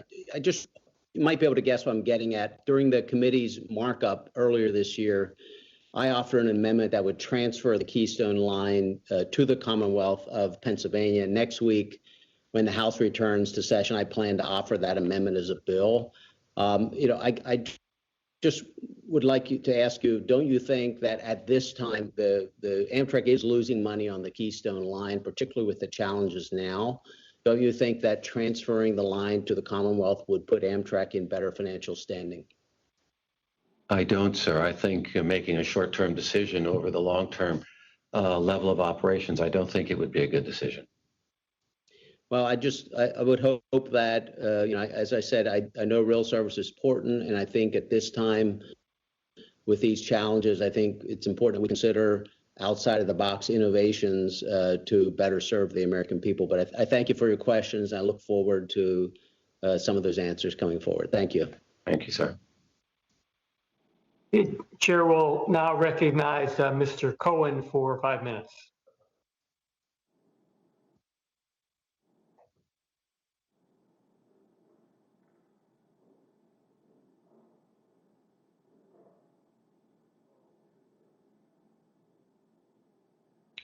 Do we have Mr. Cohen?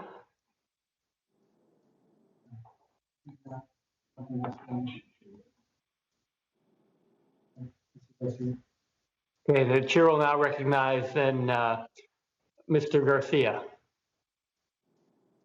Thank you, Mr. Chairman Lipinski and Ranking Member Crawford for convening this timely hearing. Like my colleagues, I'm deeply concerned about the changes that we're hearing about at Amtrak. Concerned but not surprised given the magnitude of this pandemic. I do not envy the tough decisions that you're having to make at this time. But no one could have predicted the financial onslaught the transportation sector would suffer when the pandemic first struck.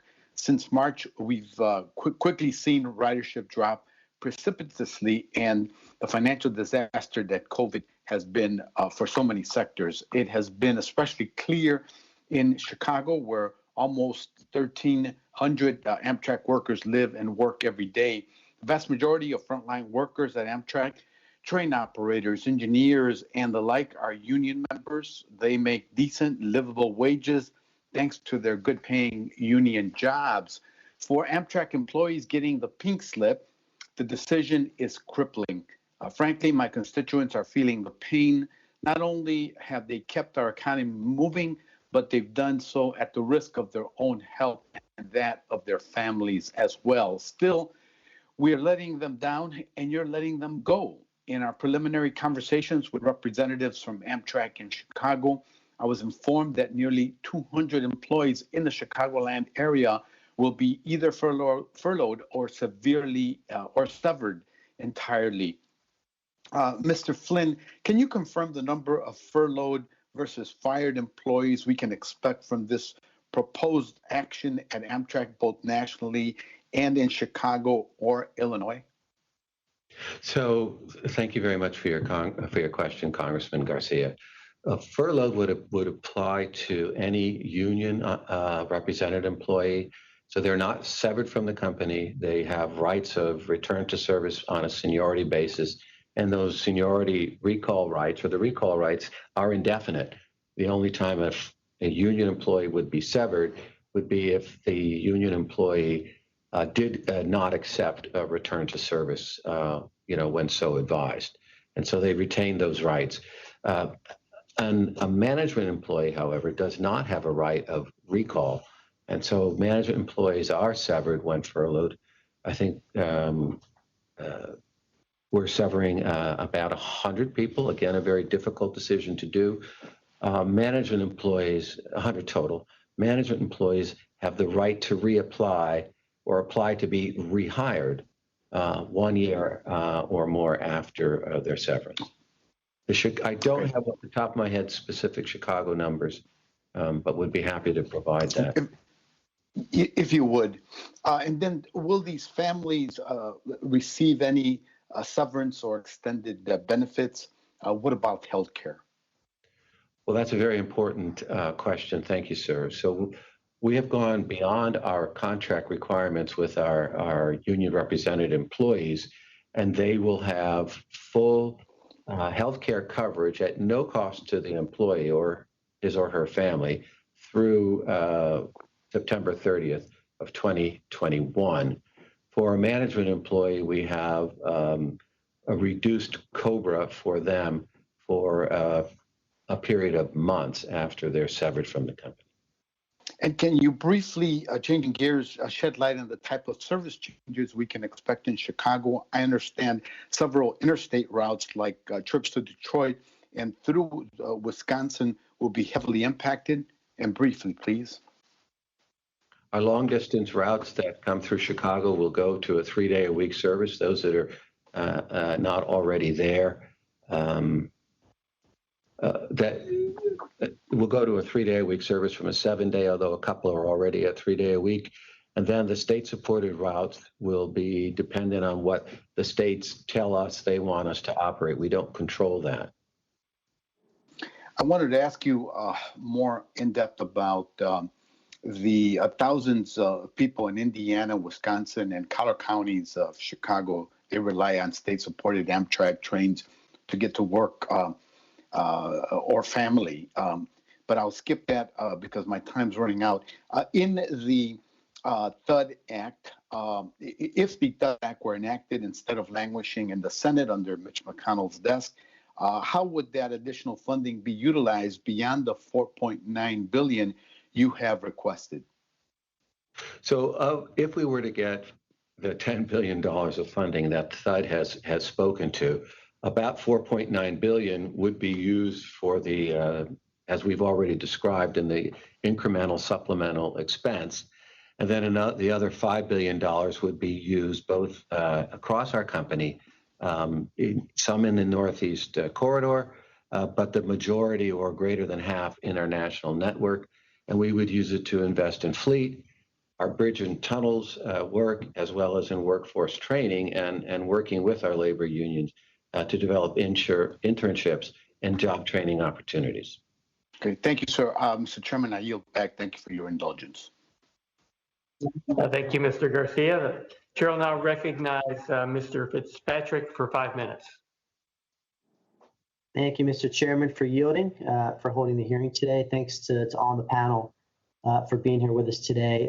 My question is for President Maratea. I was wondering if you could walk us through and explain to the committee what TCU has done to assist Amtrak with reducing its overall costs of doing business.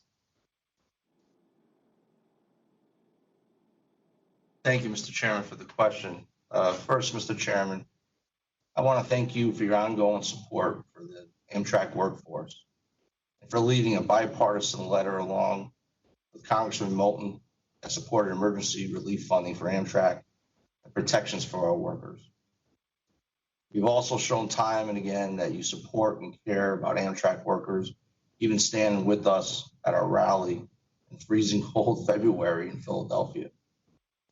To answer your question, what has TCU members have been doing? Most recently, our onboard workers, which have received a 10% pay cut, by putting them on the extra list, their guaranteed money has been reduced. And that's continuing. Many employees took voluntary leave without pay to help Amtrak. They lost a week's pay per month. And we've also said to Amtrak, what could we do to work together to try to make other side agreements, which unfortunately we have not had any movement on. To go back a little further, I negotiated the last round of contract bargaining. I was the lead spokesman for our coalition. Meeting with Amtrak, they wanted major needs from us. One was relief on their health care, not short-term relief, long-term relief on their health care plan. We buckled down, rolled up our sleeves, and we attacked it by making a whole new healthcare plan for the first 5 years of an employee's employment before they can go to the higher level plan, which according to our numbers generated $4 million over those 5 years of savings. Rolling it out for the future 10 years would have generated $17 million, and over 25 years, $72 million. Which Amtrak needed for stability in their healthcare plan. We also increased our membership cost share that during term would have generated $20 million in money back to Amtrak for our employees. Plus on wages, they needed relief early on, and we gave them that relief by adding a 6-month zero in the front of the contract and basically taking a 1.25 for 18 months of the first 2 years of that contract. Industry standard, everybody was getting a 2.5. Again, we took a 1.25 and backloaded that deal to help Amtrak go for the future and future employment for our members. We have a long history of bargaining with Amtrak, sitting down and rolling up our sleeves and making things work. We've added part-time agreements in our call centers, in our ticket windows, anything we could do to keep our people moving. And this is just a small step in the right direction that we had to take time and time again to make things work. And that's why it's a little disheartening to see our frontline people who, when you talk about heroes, these guys are the heroes. These brothers and sisters are your frontline people, ticket clerks, ushers, who are cleaning the station, doing spot cleaning so everybody stays safe. And now, risking their lives and families, have to go out and lose their job. And to further respond to the Congressman's question, I just want to add, and I'm sorry, Congressman, the managers, if they hold rights to the union, they come back. They don't hit the street. And most managers hold rights. They pay us dues, they come back, they bump. So that has to be taken into consideration. The TCU has always stepped up, and we have many times, and we will. I hope that answers your question, Congressman. Yeah, thank you, Mr. Maratea, and to Chairman Lipinski and all my colleagues on the committee. I just think it's important that we remember and recognize these frontline workers. We hear that term used a lot. These people absolutely should be included in that definition. And as you just heard, Mr. Maratea walk through, they have significant skin in the game and have made tremendous sacrifices. And when we talk about Amtrak, we got to start the conversation with the men and women who are on the front lines. So, sir, thank you for your service. Mr. Chairman, I yield back. Thank you. The chair will now recognize Ms. Norton for 5 minutes.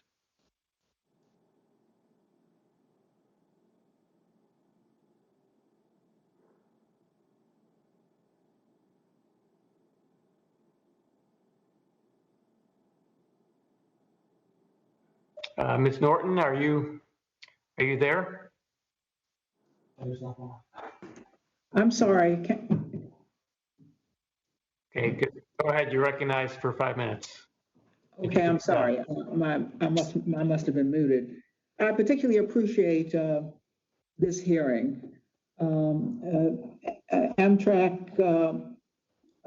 is on the Northeast Corridor, and Washington Union Station is its second busiest station nationwide. Of course, I represent the district. It's a question first for Mr. Flynn. Mr. Flynn, I know the continuing or competing pressures you have. You've got a decrease in ridership, a drop in revenue. You've got new safety protocols. And yet I know capital improvements continuing. For example, the Portal North Bridge, among others.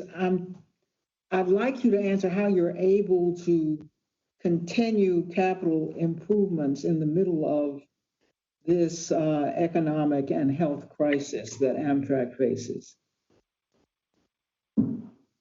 Thank you, Ms. Norton. The capital improvements that we continue to pursue are improvements that have been pursued for a long time, as you know, and we believe are essential improvements for the company and for our riders. Where does the revenue come from for these improvements? The revenue for the improvements comes from Congress. It's monies that are allocated to us, working jointly with the Department of Transportation and the Federal Railway Administration, and FTA where appropriate. So Portal North, for example, is, I believe, 100. So have there been any cuts in the revenue you've gotten from Congress for these improvements? No, there haven't been any cuts. The capital funding is fairly specific as what it's intended to do.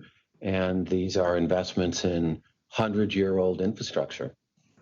I'm not sure if you can hear me.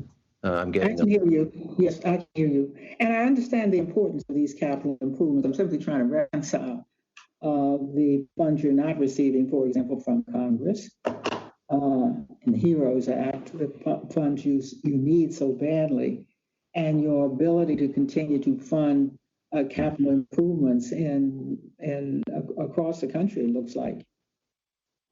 But I take it that those funds were already appropriated. Yes, for the capital improvements. Yes, ma'am. Those funds were appropriated, and certainly additional consideration for capital expenditures in CARES as well. For in CARES, all right. I'm intrigued upon learning of your partnership, I will call it, with RB, which is the maker of Lysol. Ms. Griffin of the transport workers earlier testified about lack of coach cleaners. I'm wondering about this new partnership to strengthen disinfectant protocols for trains and stations and lounges. And I'm interested in it because among the first, you're trying this out first in Washington Union Station and on a Pacific line, but in Washington Union Station, which is one of the busiest in the Northeast corridor. So could you give us some greater detail on these enhanced protocols that you will be using on Amtrak in this new partnership with the maker of Lysol? Yes, ma'am. So Lysol, the RB product Lysol, is one of very few products that the Food and Drug Administration has determined to be effective against COVID-19 and effective against other coronaviruses of different types. And what we're doing is we're constantly researching, seeking to understand what more can we do to mitigate and or essentially eliminate the potential for our customers and our employees to contract COVID while in a station or on a train. And so in working out this agreement with Lysol, they are not only providing us what FDA has determined to be very efficacious products, they're also working with us and providing advice to us on how we can enhance cleaning protocols that we employ on the trains and in the stations. And in fact, before they would sign this agreement with us, they did a very comprehensive review of what we are doing, because while we're co-branding with Lysol, they're co-branding with us. And they certainly they weren't going to co-brand with an entity that they didn't feel had the right level of protocols and actions in place. And so we're testing this first in the stations, as you pointed out now. We believe those products could also be useful on the train, but that's a next step that we're doing with the company RB for their products. That's reassuring. Thank you very much. I see my time has expired. Thank you, Ms. Norton. The chair will now recognize Mr. Balderson for 5 minutes. Thank you, Chairman Lewinsky. Great to have Mr. Flynn here today. Mr. Flynn, thank you for being here, and I thank Amtrak for their service through these trying times, but I appreciate you being here. Mr. Flynn, I would like to follow up on a point my colleague, Congressman Perry, made earlier regarding depreciation. On November 8th, 2019, Amtrak announced its lowest ever adjusted operating loss of $29.8 million for fiscal year 2019. In that same statement, Amtrak went on to project a profit for 2020, which would be a first in Amtrak's near 50-year history. If depreciation was included in this financial reporting, what would Amtrak's net loss have been in 2019, and what would the projection have been for fiscal year 2020? So if we were to add back the depreciation, it would be about 790 to 800, say 750 to $800 million. So at an operating income basis, adjusted operating income basis, I believe that FY19 was a negative $29 million or near break even on that level. You would have to add back the 750 or so million dollars of depreciation. And there may be some other expenses in there, but that would get you to about an $800 million loss on a GAAP basis. And it's a similar level, sir, of depreciation going into FY20. I don't know the exact number, but it would increase somewhat, but not of an order of magnitude. Okay, good to know. Thank you. Next question would be, assuming a level playing field, including workforce protections and safety standards, would you oppose opening certain national network routes for a competitive bid if that meant driving down cost and improving service?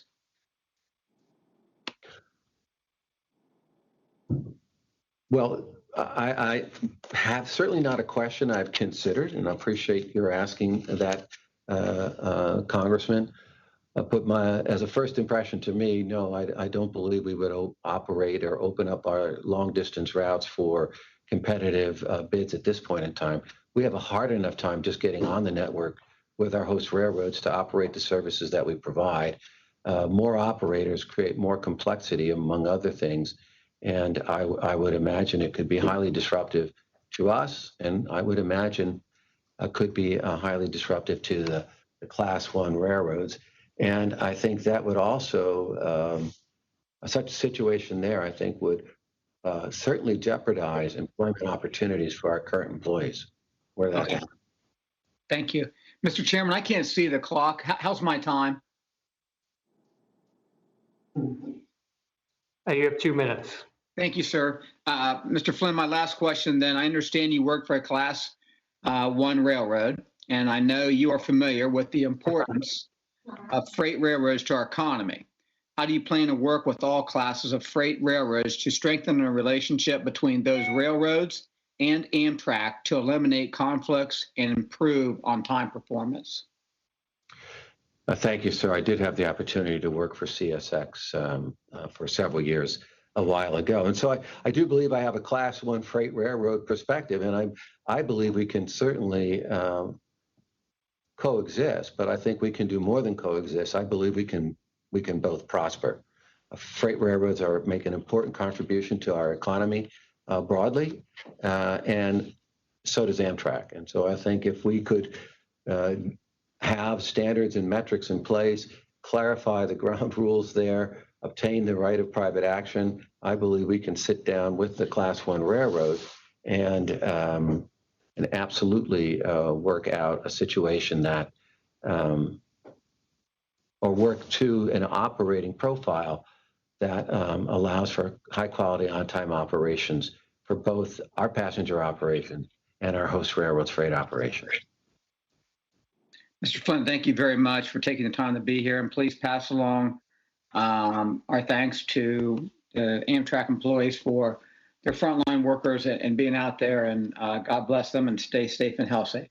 Mr. Chairman, I yield back my remaining time. Thank you. The chair will now recognize Mr. Lowenthal for 5 minutes. Thank you, Mr. Chair, and thank you to all, and to the ranking member, and thank you to all the panelists on this very interesting issue on talking about Amtrak and the future of Amtrak. I'd like to really focus in on Amtrak's response to COVID-19 specifically. My first questions are to Ms. Griffin. Ms. Griffin, in your written testimony, you provide a concerning account of your experience in July when you were in contact with a COVID-19 positive colleague. You took steps to notify your supervisors, to initiate protocols that would remove you from further service to avoid further spreading the virus.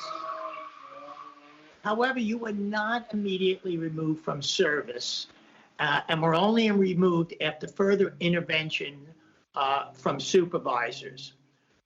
Most concerning to me is that you were told by Amtrak to return to service after only 10 days and were never tested for COVID before returning to work. While you did not display any symptoms, we know that asymptomatic individuals spread the virus just as much. In fact, a study that has just recently been published in last month's Journal of American Medical Association's Internal Medicine found that asymptomatic and pre-symptomatic individuals carried as much of the virus as those who were exhibiting symptoms. Since your experience in July, do you know if Amtrak has instituted a different process to remove possibly infected individuals from work and to ensure that they are COVID-free before returning to work? Thank you for your question. And as far as I know, no, it's the same procedures as I went through. Actually, I've been quarantined twice through Amtrak with possible exposure. And it's been the same protocol. Thank you. Mr. Flynn, what went wrong in Ms. Griffin's case?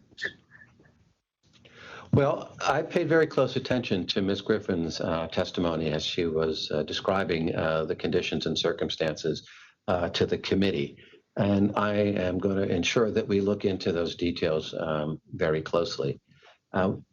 We require that our employees quarantine after we confirm exposures, real exposures to another employee. And if they're on the road, we ask them to isolate on the return trip. And also, we require a 14-day period of time. I can't comment again specifically on Ms. Griffin's circumstances. I believe she might have just said that the first time that she quarantined, it was for 14 days. Well, again, I want to look into the details of that. I don't know if 10 days was an elapsed total of 14 days since the exposure. I don't know, and it wouldn't be appropriate to get in for me to presuppose any of that, but I as I said to you, and I confirmed to Ms. Griffin, who was on the panel here with me, I'll certainly look into those details. So But we do require our employees to quarantine.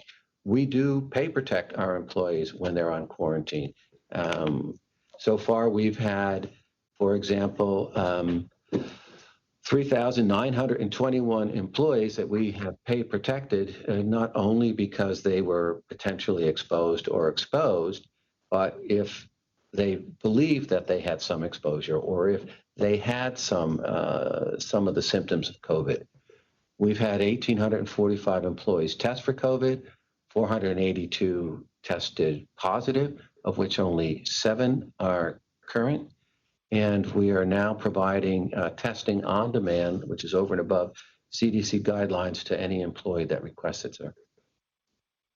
Thank you. Thank you for describing the processes that Amtrak has in place to ensure that potentially infected employees are not on duty or in trains or in the stations. My next question is, does Amtrak have any processes in place to contact trace COVID-infected passengers?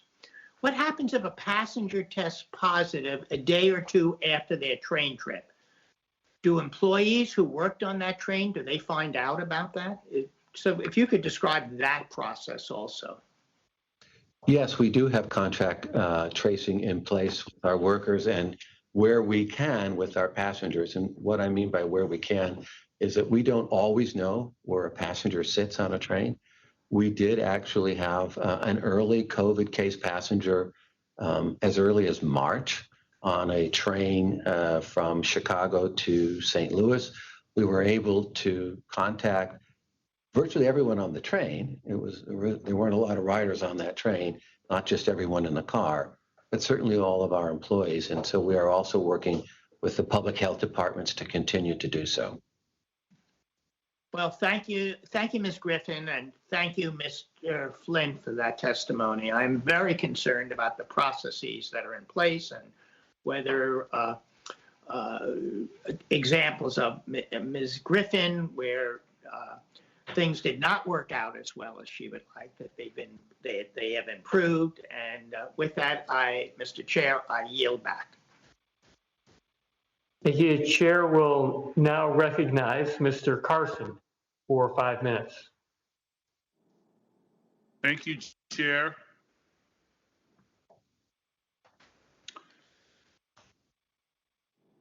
Am I on? Okay.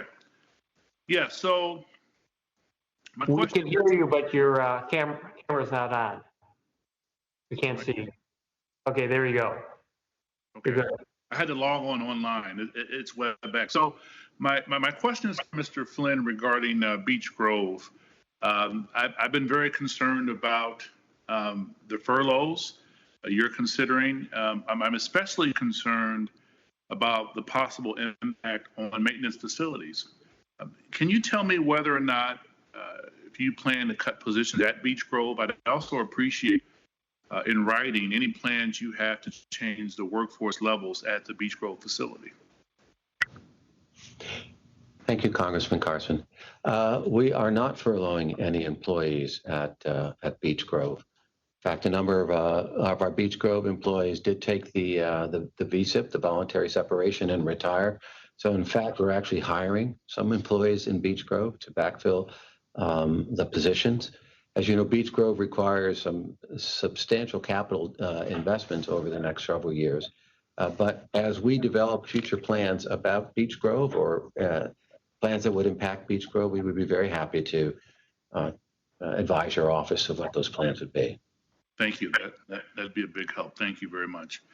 Mr. Miller, I appreciate listening to your testimony about the damage being done to passenger rail service in the Midwest by reducing daily service on long distance routes. Indianapolis was previously served and benefited from this. To Mr. Miller and other witnesses, can you elaborate on what happens to Midwestern cities when daily services are cut? Do you think Congress should mandate daily services? I apologize, Congressman. Was that question for me, sir?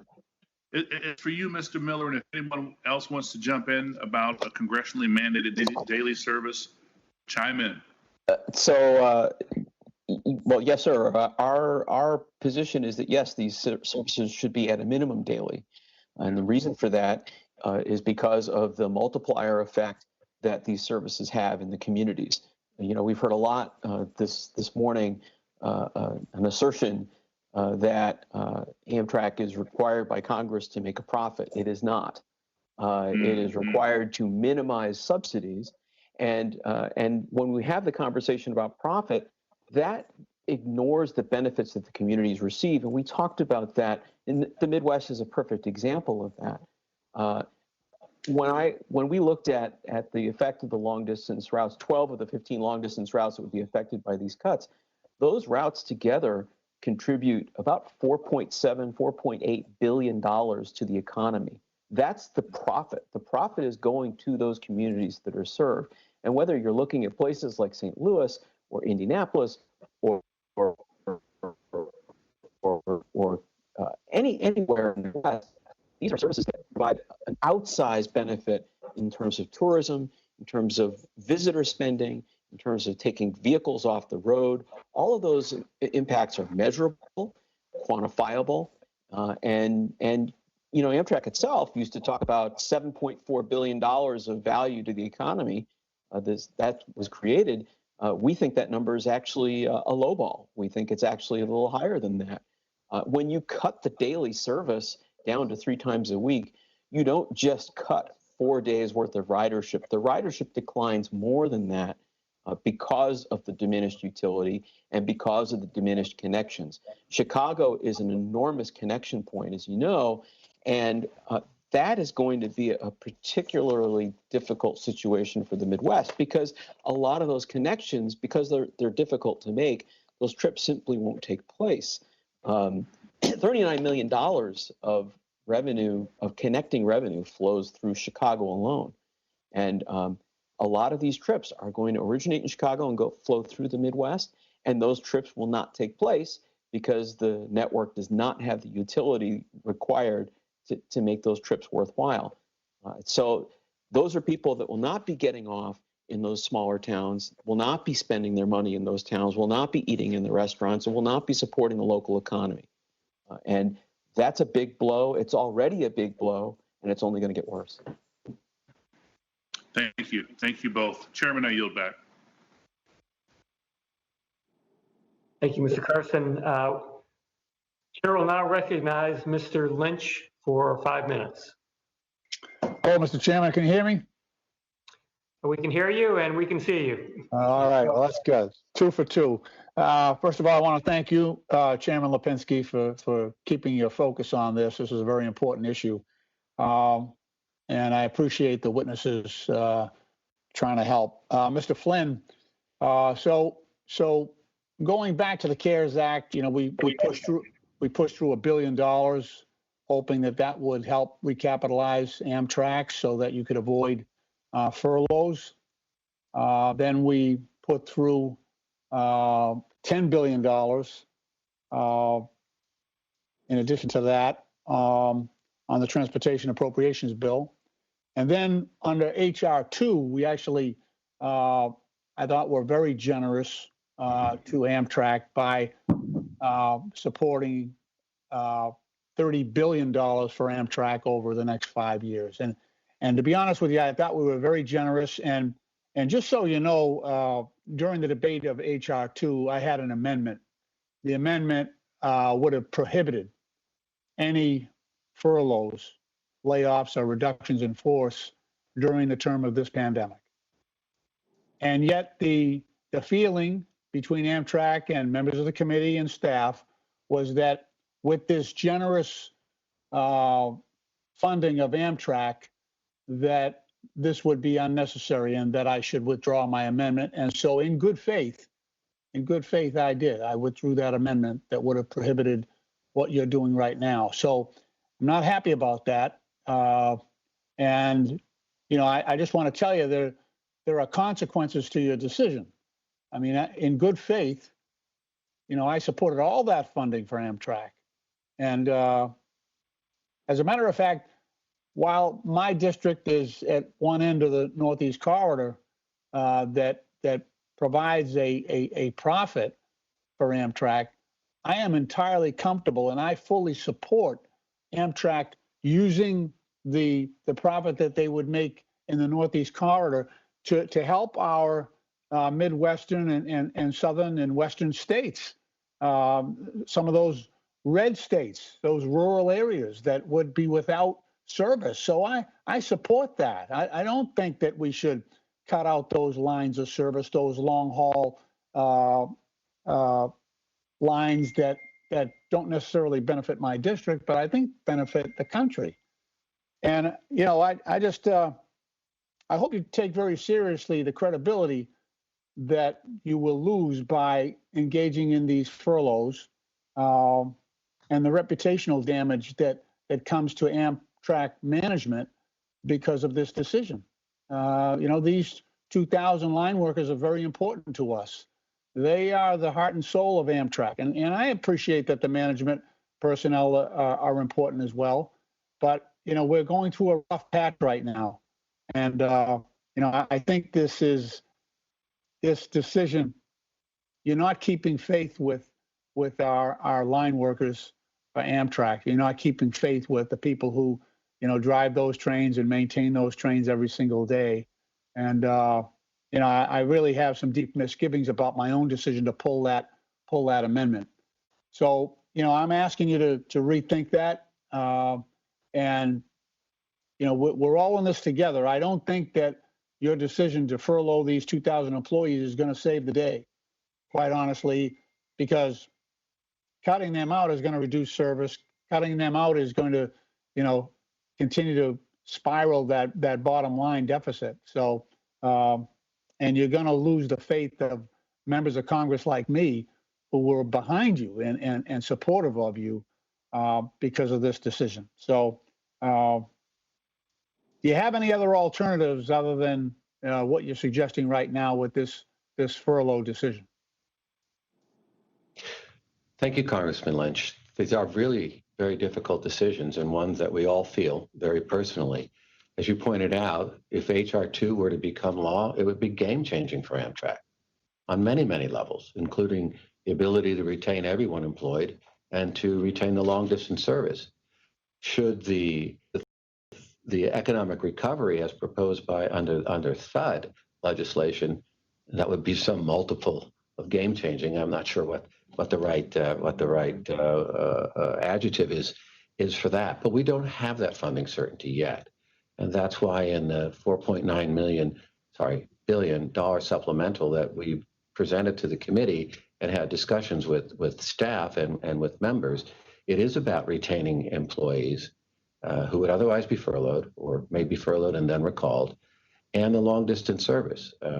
As I mentioned in a response to another member of the committee, we had quite a bit of input from a wide array of stakeholders, including the Senate and including in the administration, that said you need to, in your request, look at those areas where, given the very, very low levels of ridership you're experiencing, you need to engage and you need to take some self-help in reducing cost. And those are the equities we're simply trying to balance. And I heard everything you said, which is why, in my remarks here today, I was pointing out levels of funding, given a 34% level of ridership in 21 as compared to 19, that we would require. Well, I think we've got to hang together, and I just do not see the support that I think we owe to, our line workers. I just don't see it in this, 2,000 furloughs. So I would encourage you to revisit that decision. The other piece of the question I had was the vendor bidding on contracts that may result in jobs being exported overseas, lost in the United States, and then exported overseas. Do you have anything to say about that? In terms of we did receive a waiver to purchase some very specific track laying equipment from overseas, and we did that after the FRA and the committee satisfied themselves it was absolutely necessary and not available. If you're referring to a recent RFP for IT work, that has certainly very strongly been brought to my attention. I was unaware by both Chairman DeFazio and Chairman Graves, or by Chairman DeFazio specifically, and we have adjusted that RFP and taken out the ability of the responder or the successful responder to outsource that IT programming work. We had some other RFPs, and we also made those changes as well. All right. Under the circumstances, you can see how you'd be under severe criticism for doing that. But I appreciate that you've revisited that, and I'm glad you're listening to Chairman DeFazio, and happy that at least the IT portion of that has been retained. Mr. Chairman, I'm going to yield back, and I want to thank the witnesses for their help with the committee at this hearing. Thank you. I yield back. Thank you, Mr. Lynch. Are there any members who have not had a chance to ask any questions? All right, hearing none. I want to thank the witnesses for their testimony. I think Mr. Lynch's comments there at the end were a very good way to conclude. We need to be supportive of the workers at Amtrak. Sorry that Mr. Maratea and Ms. Griffin didn't have more of an opportunity here to field questions, but I think everyone understands that Mr. Flynn is, really in the driver's seat here for what is happening. But Amtrak needs the support and the help from Congress. I'm very happy to hear here at the end. I was not aware. I sent that letter along with Chairman DeFazio about the outsourcing of the IT job. So I'm very glad to hear that that has been changed. That the option has been changed. That's good news to hear from you, Mr. Flynn. But we're going to have to continue to talk about the need to make sure that Amtrak workers are taken care of, and also that Amtrak passengers receive the service that they deserve, and when the pandemic is over, that we can return to all the service. Which is very questionable if we have cuts to service in the meantime. But I want to thank all the witnesses again for your testimony. I want to ask unanimous consent that the record of today's hearing remain open till such time as the witnesses have provided answers to any questions that may be submitted to them in writing. I also ask unanimous consent that the record remain open for 15 days for any additional comments and information submitted by members or witnesses to be included in the record of today's hearing. Without objection, so ordered. And with that, the subcommittee stands adjourned. Thank you.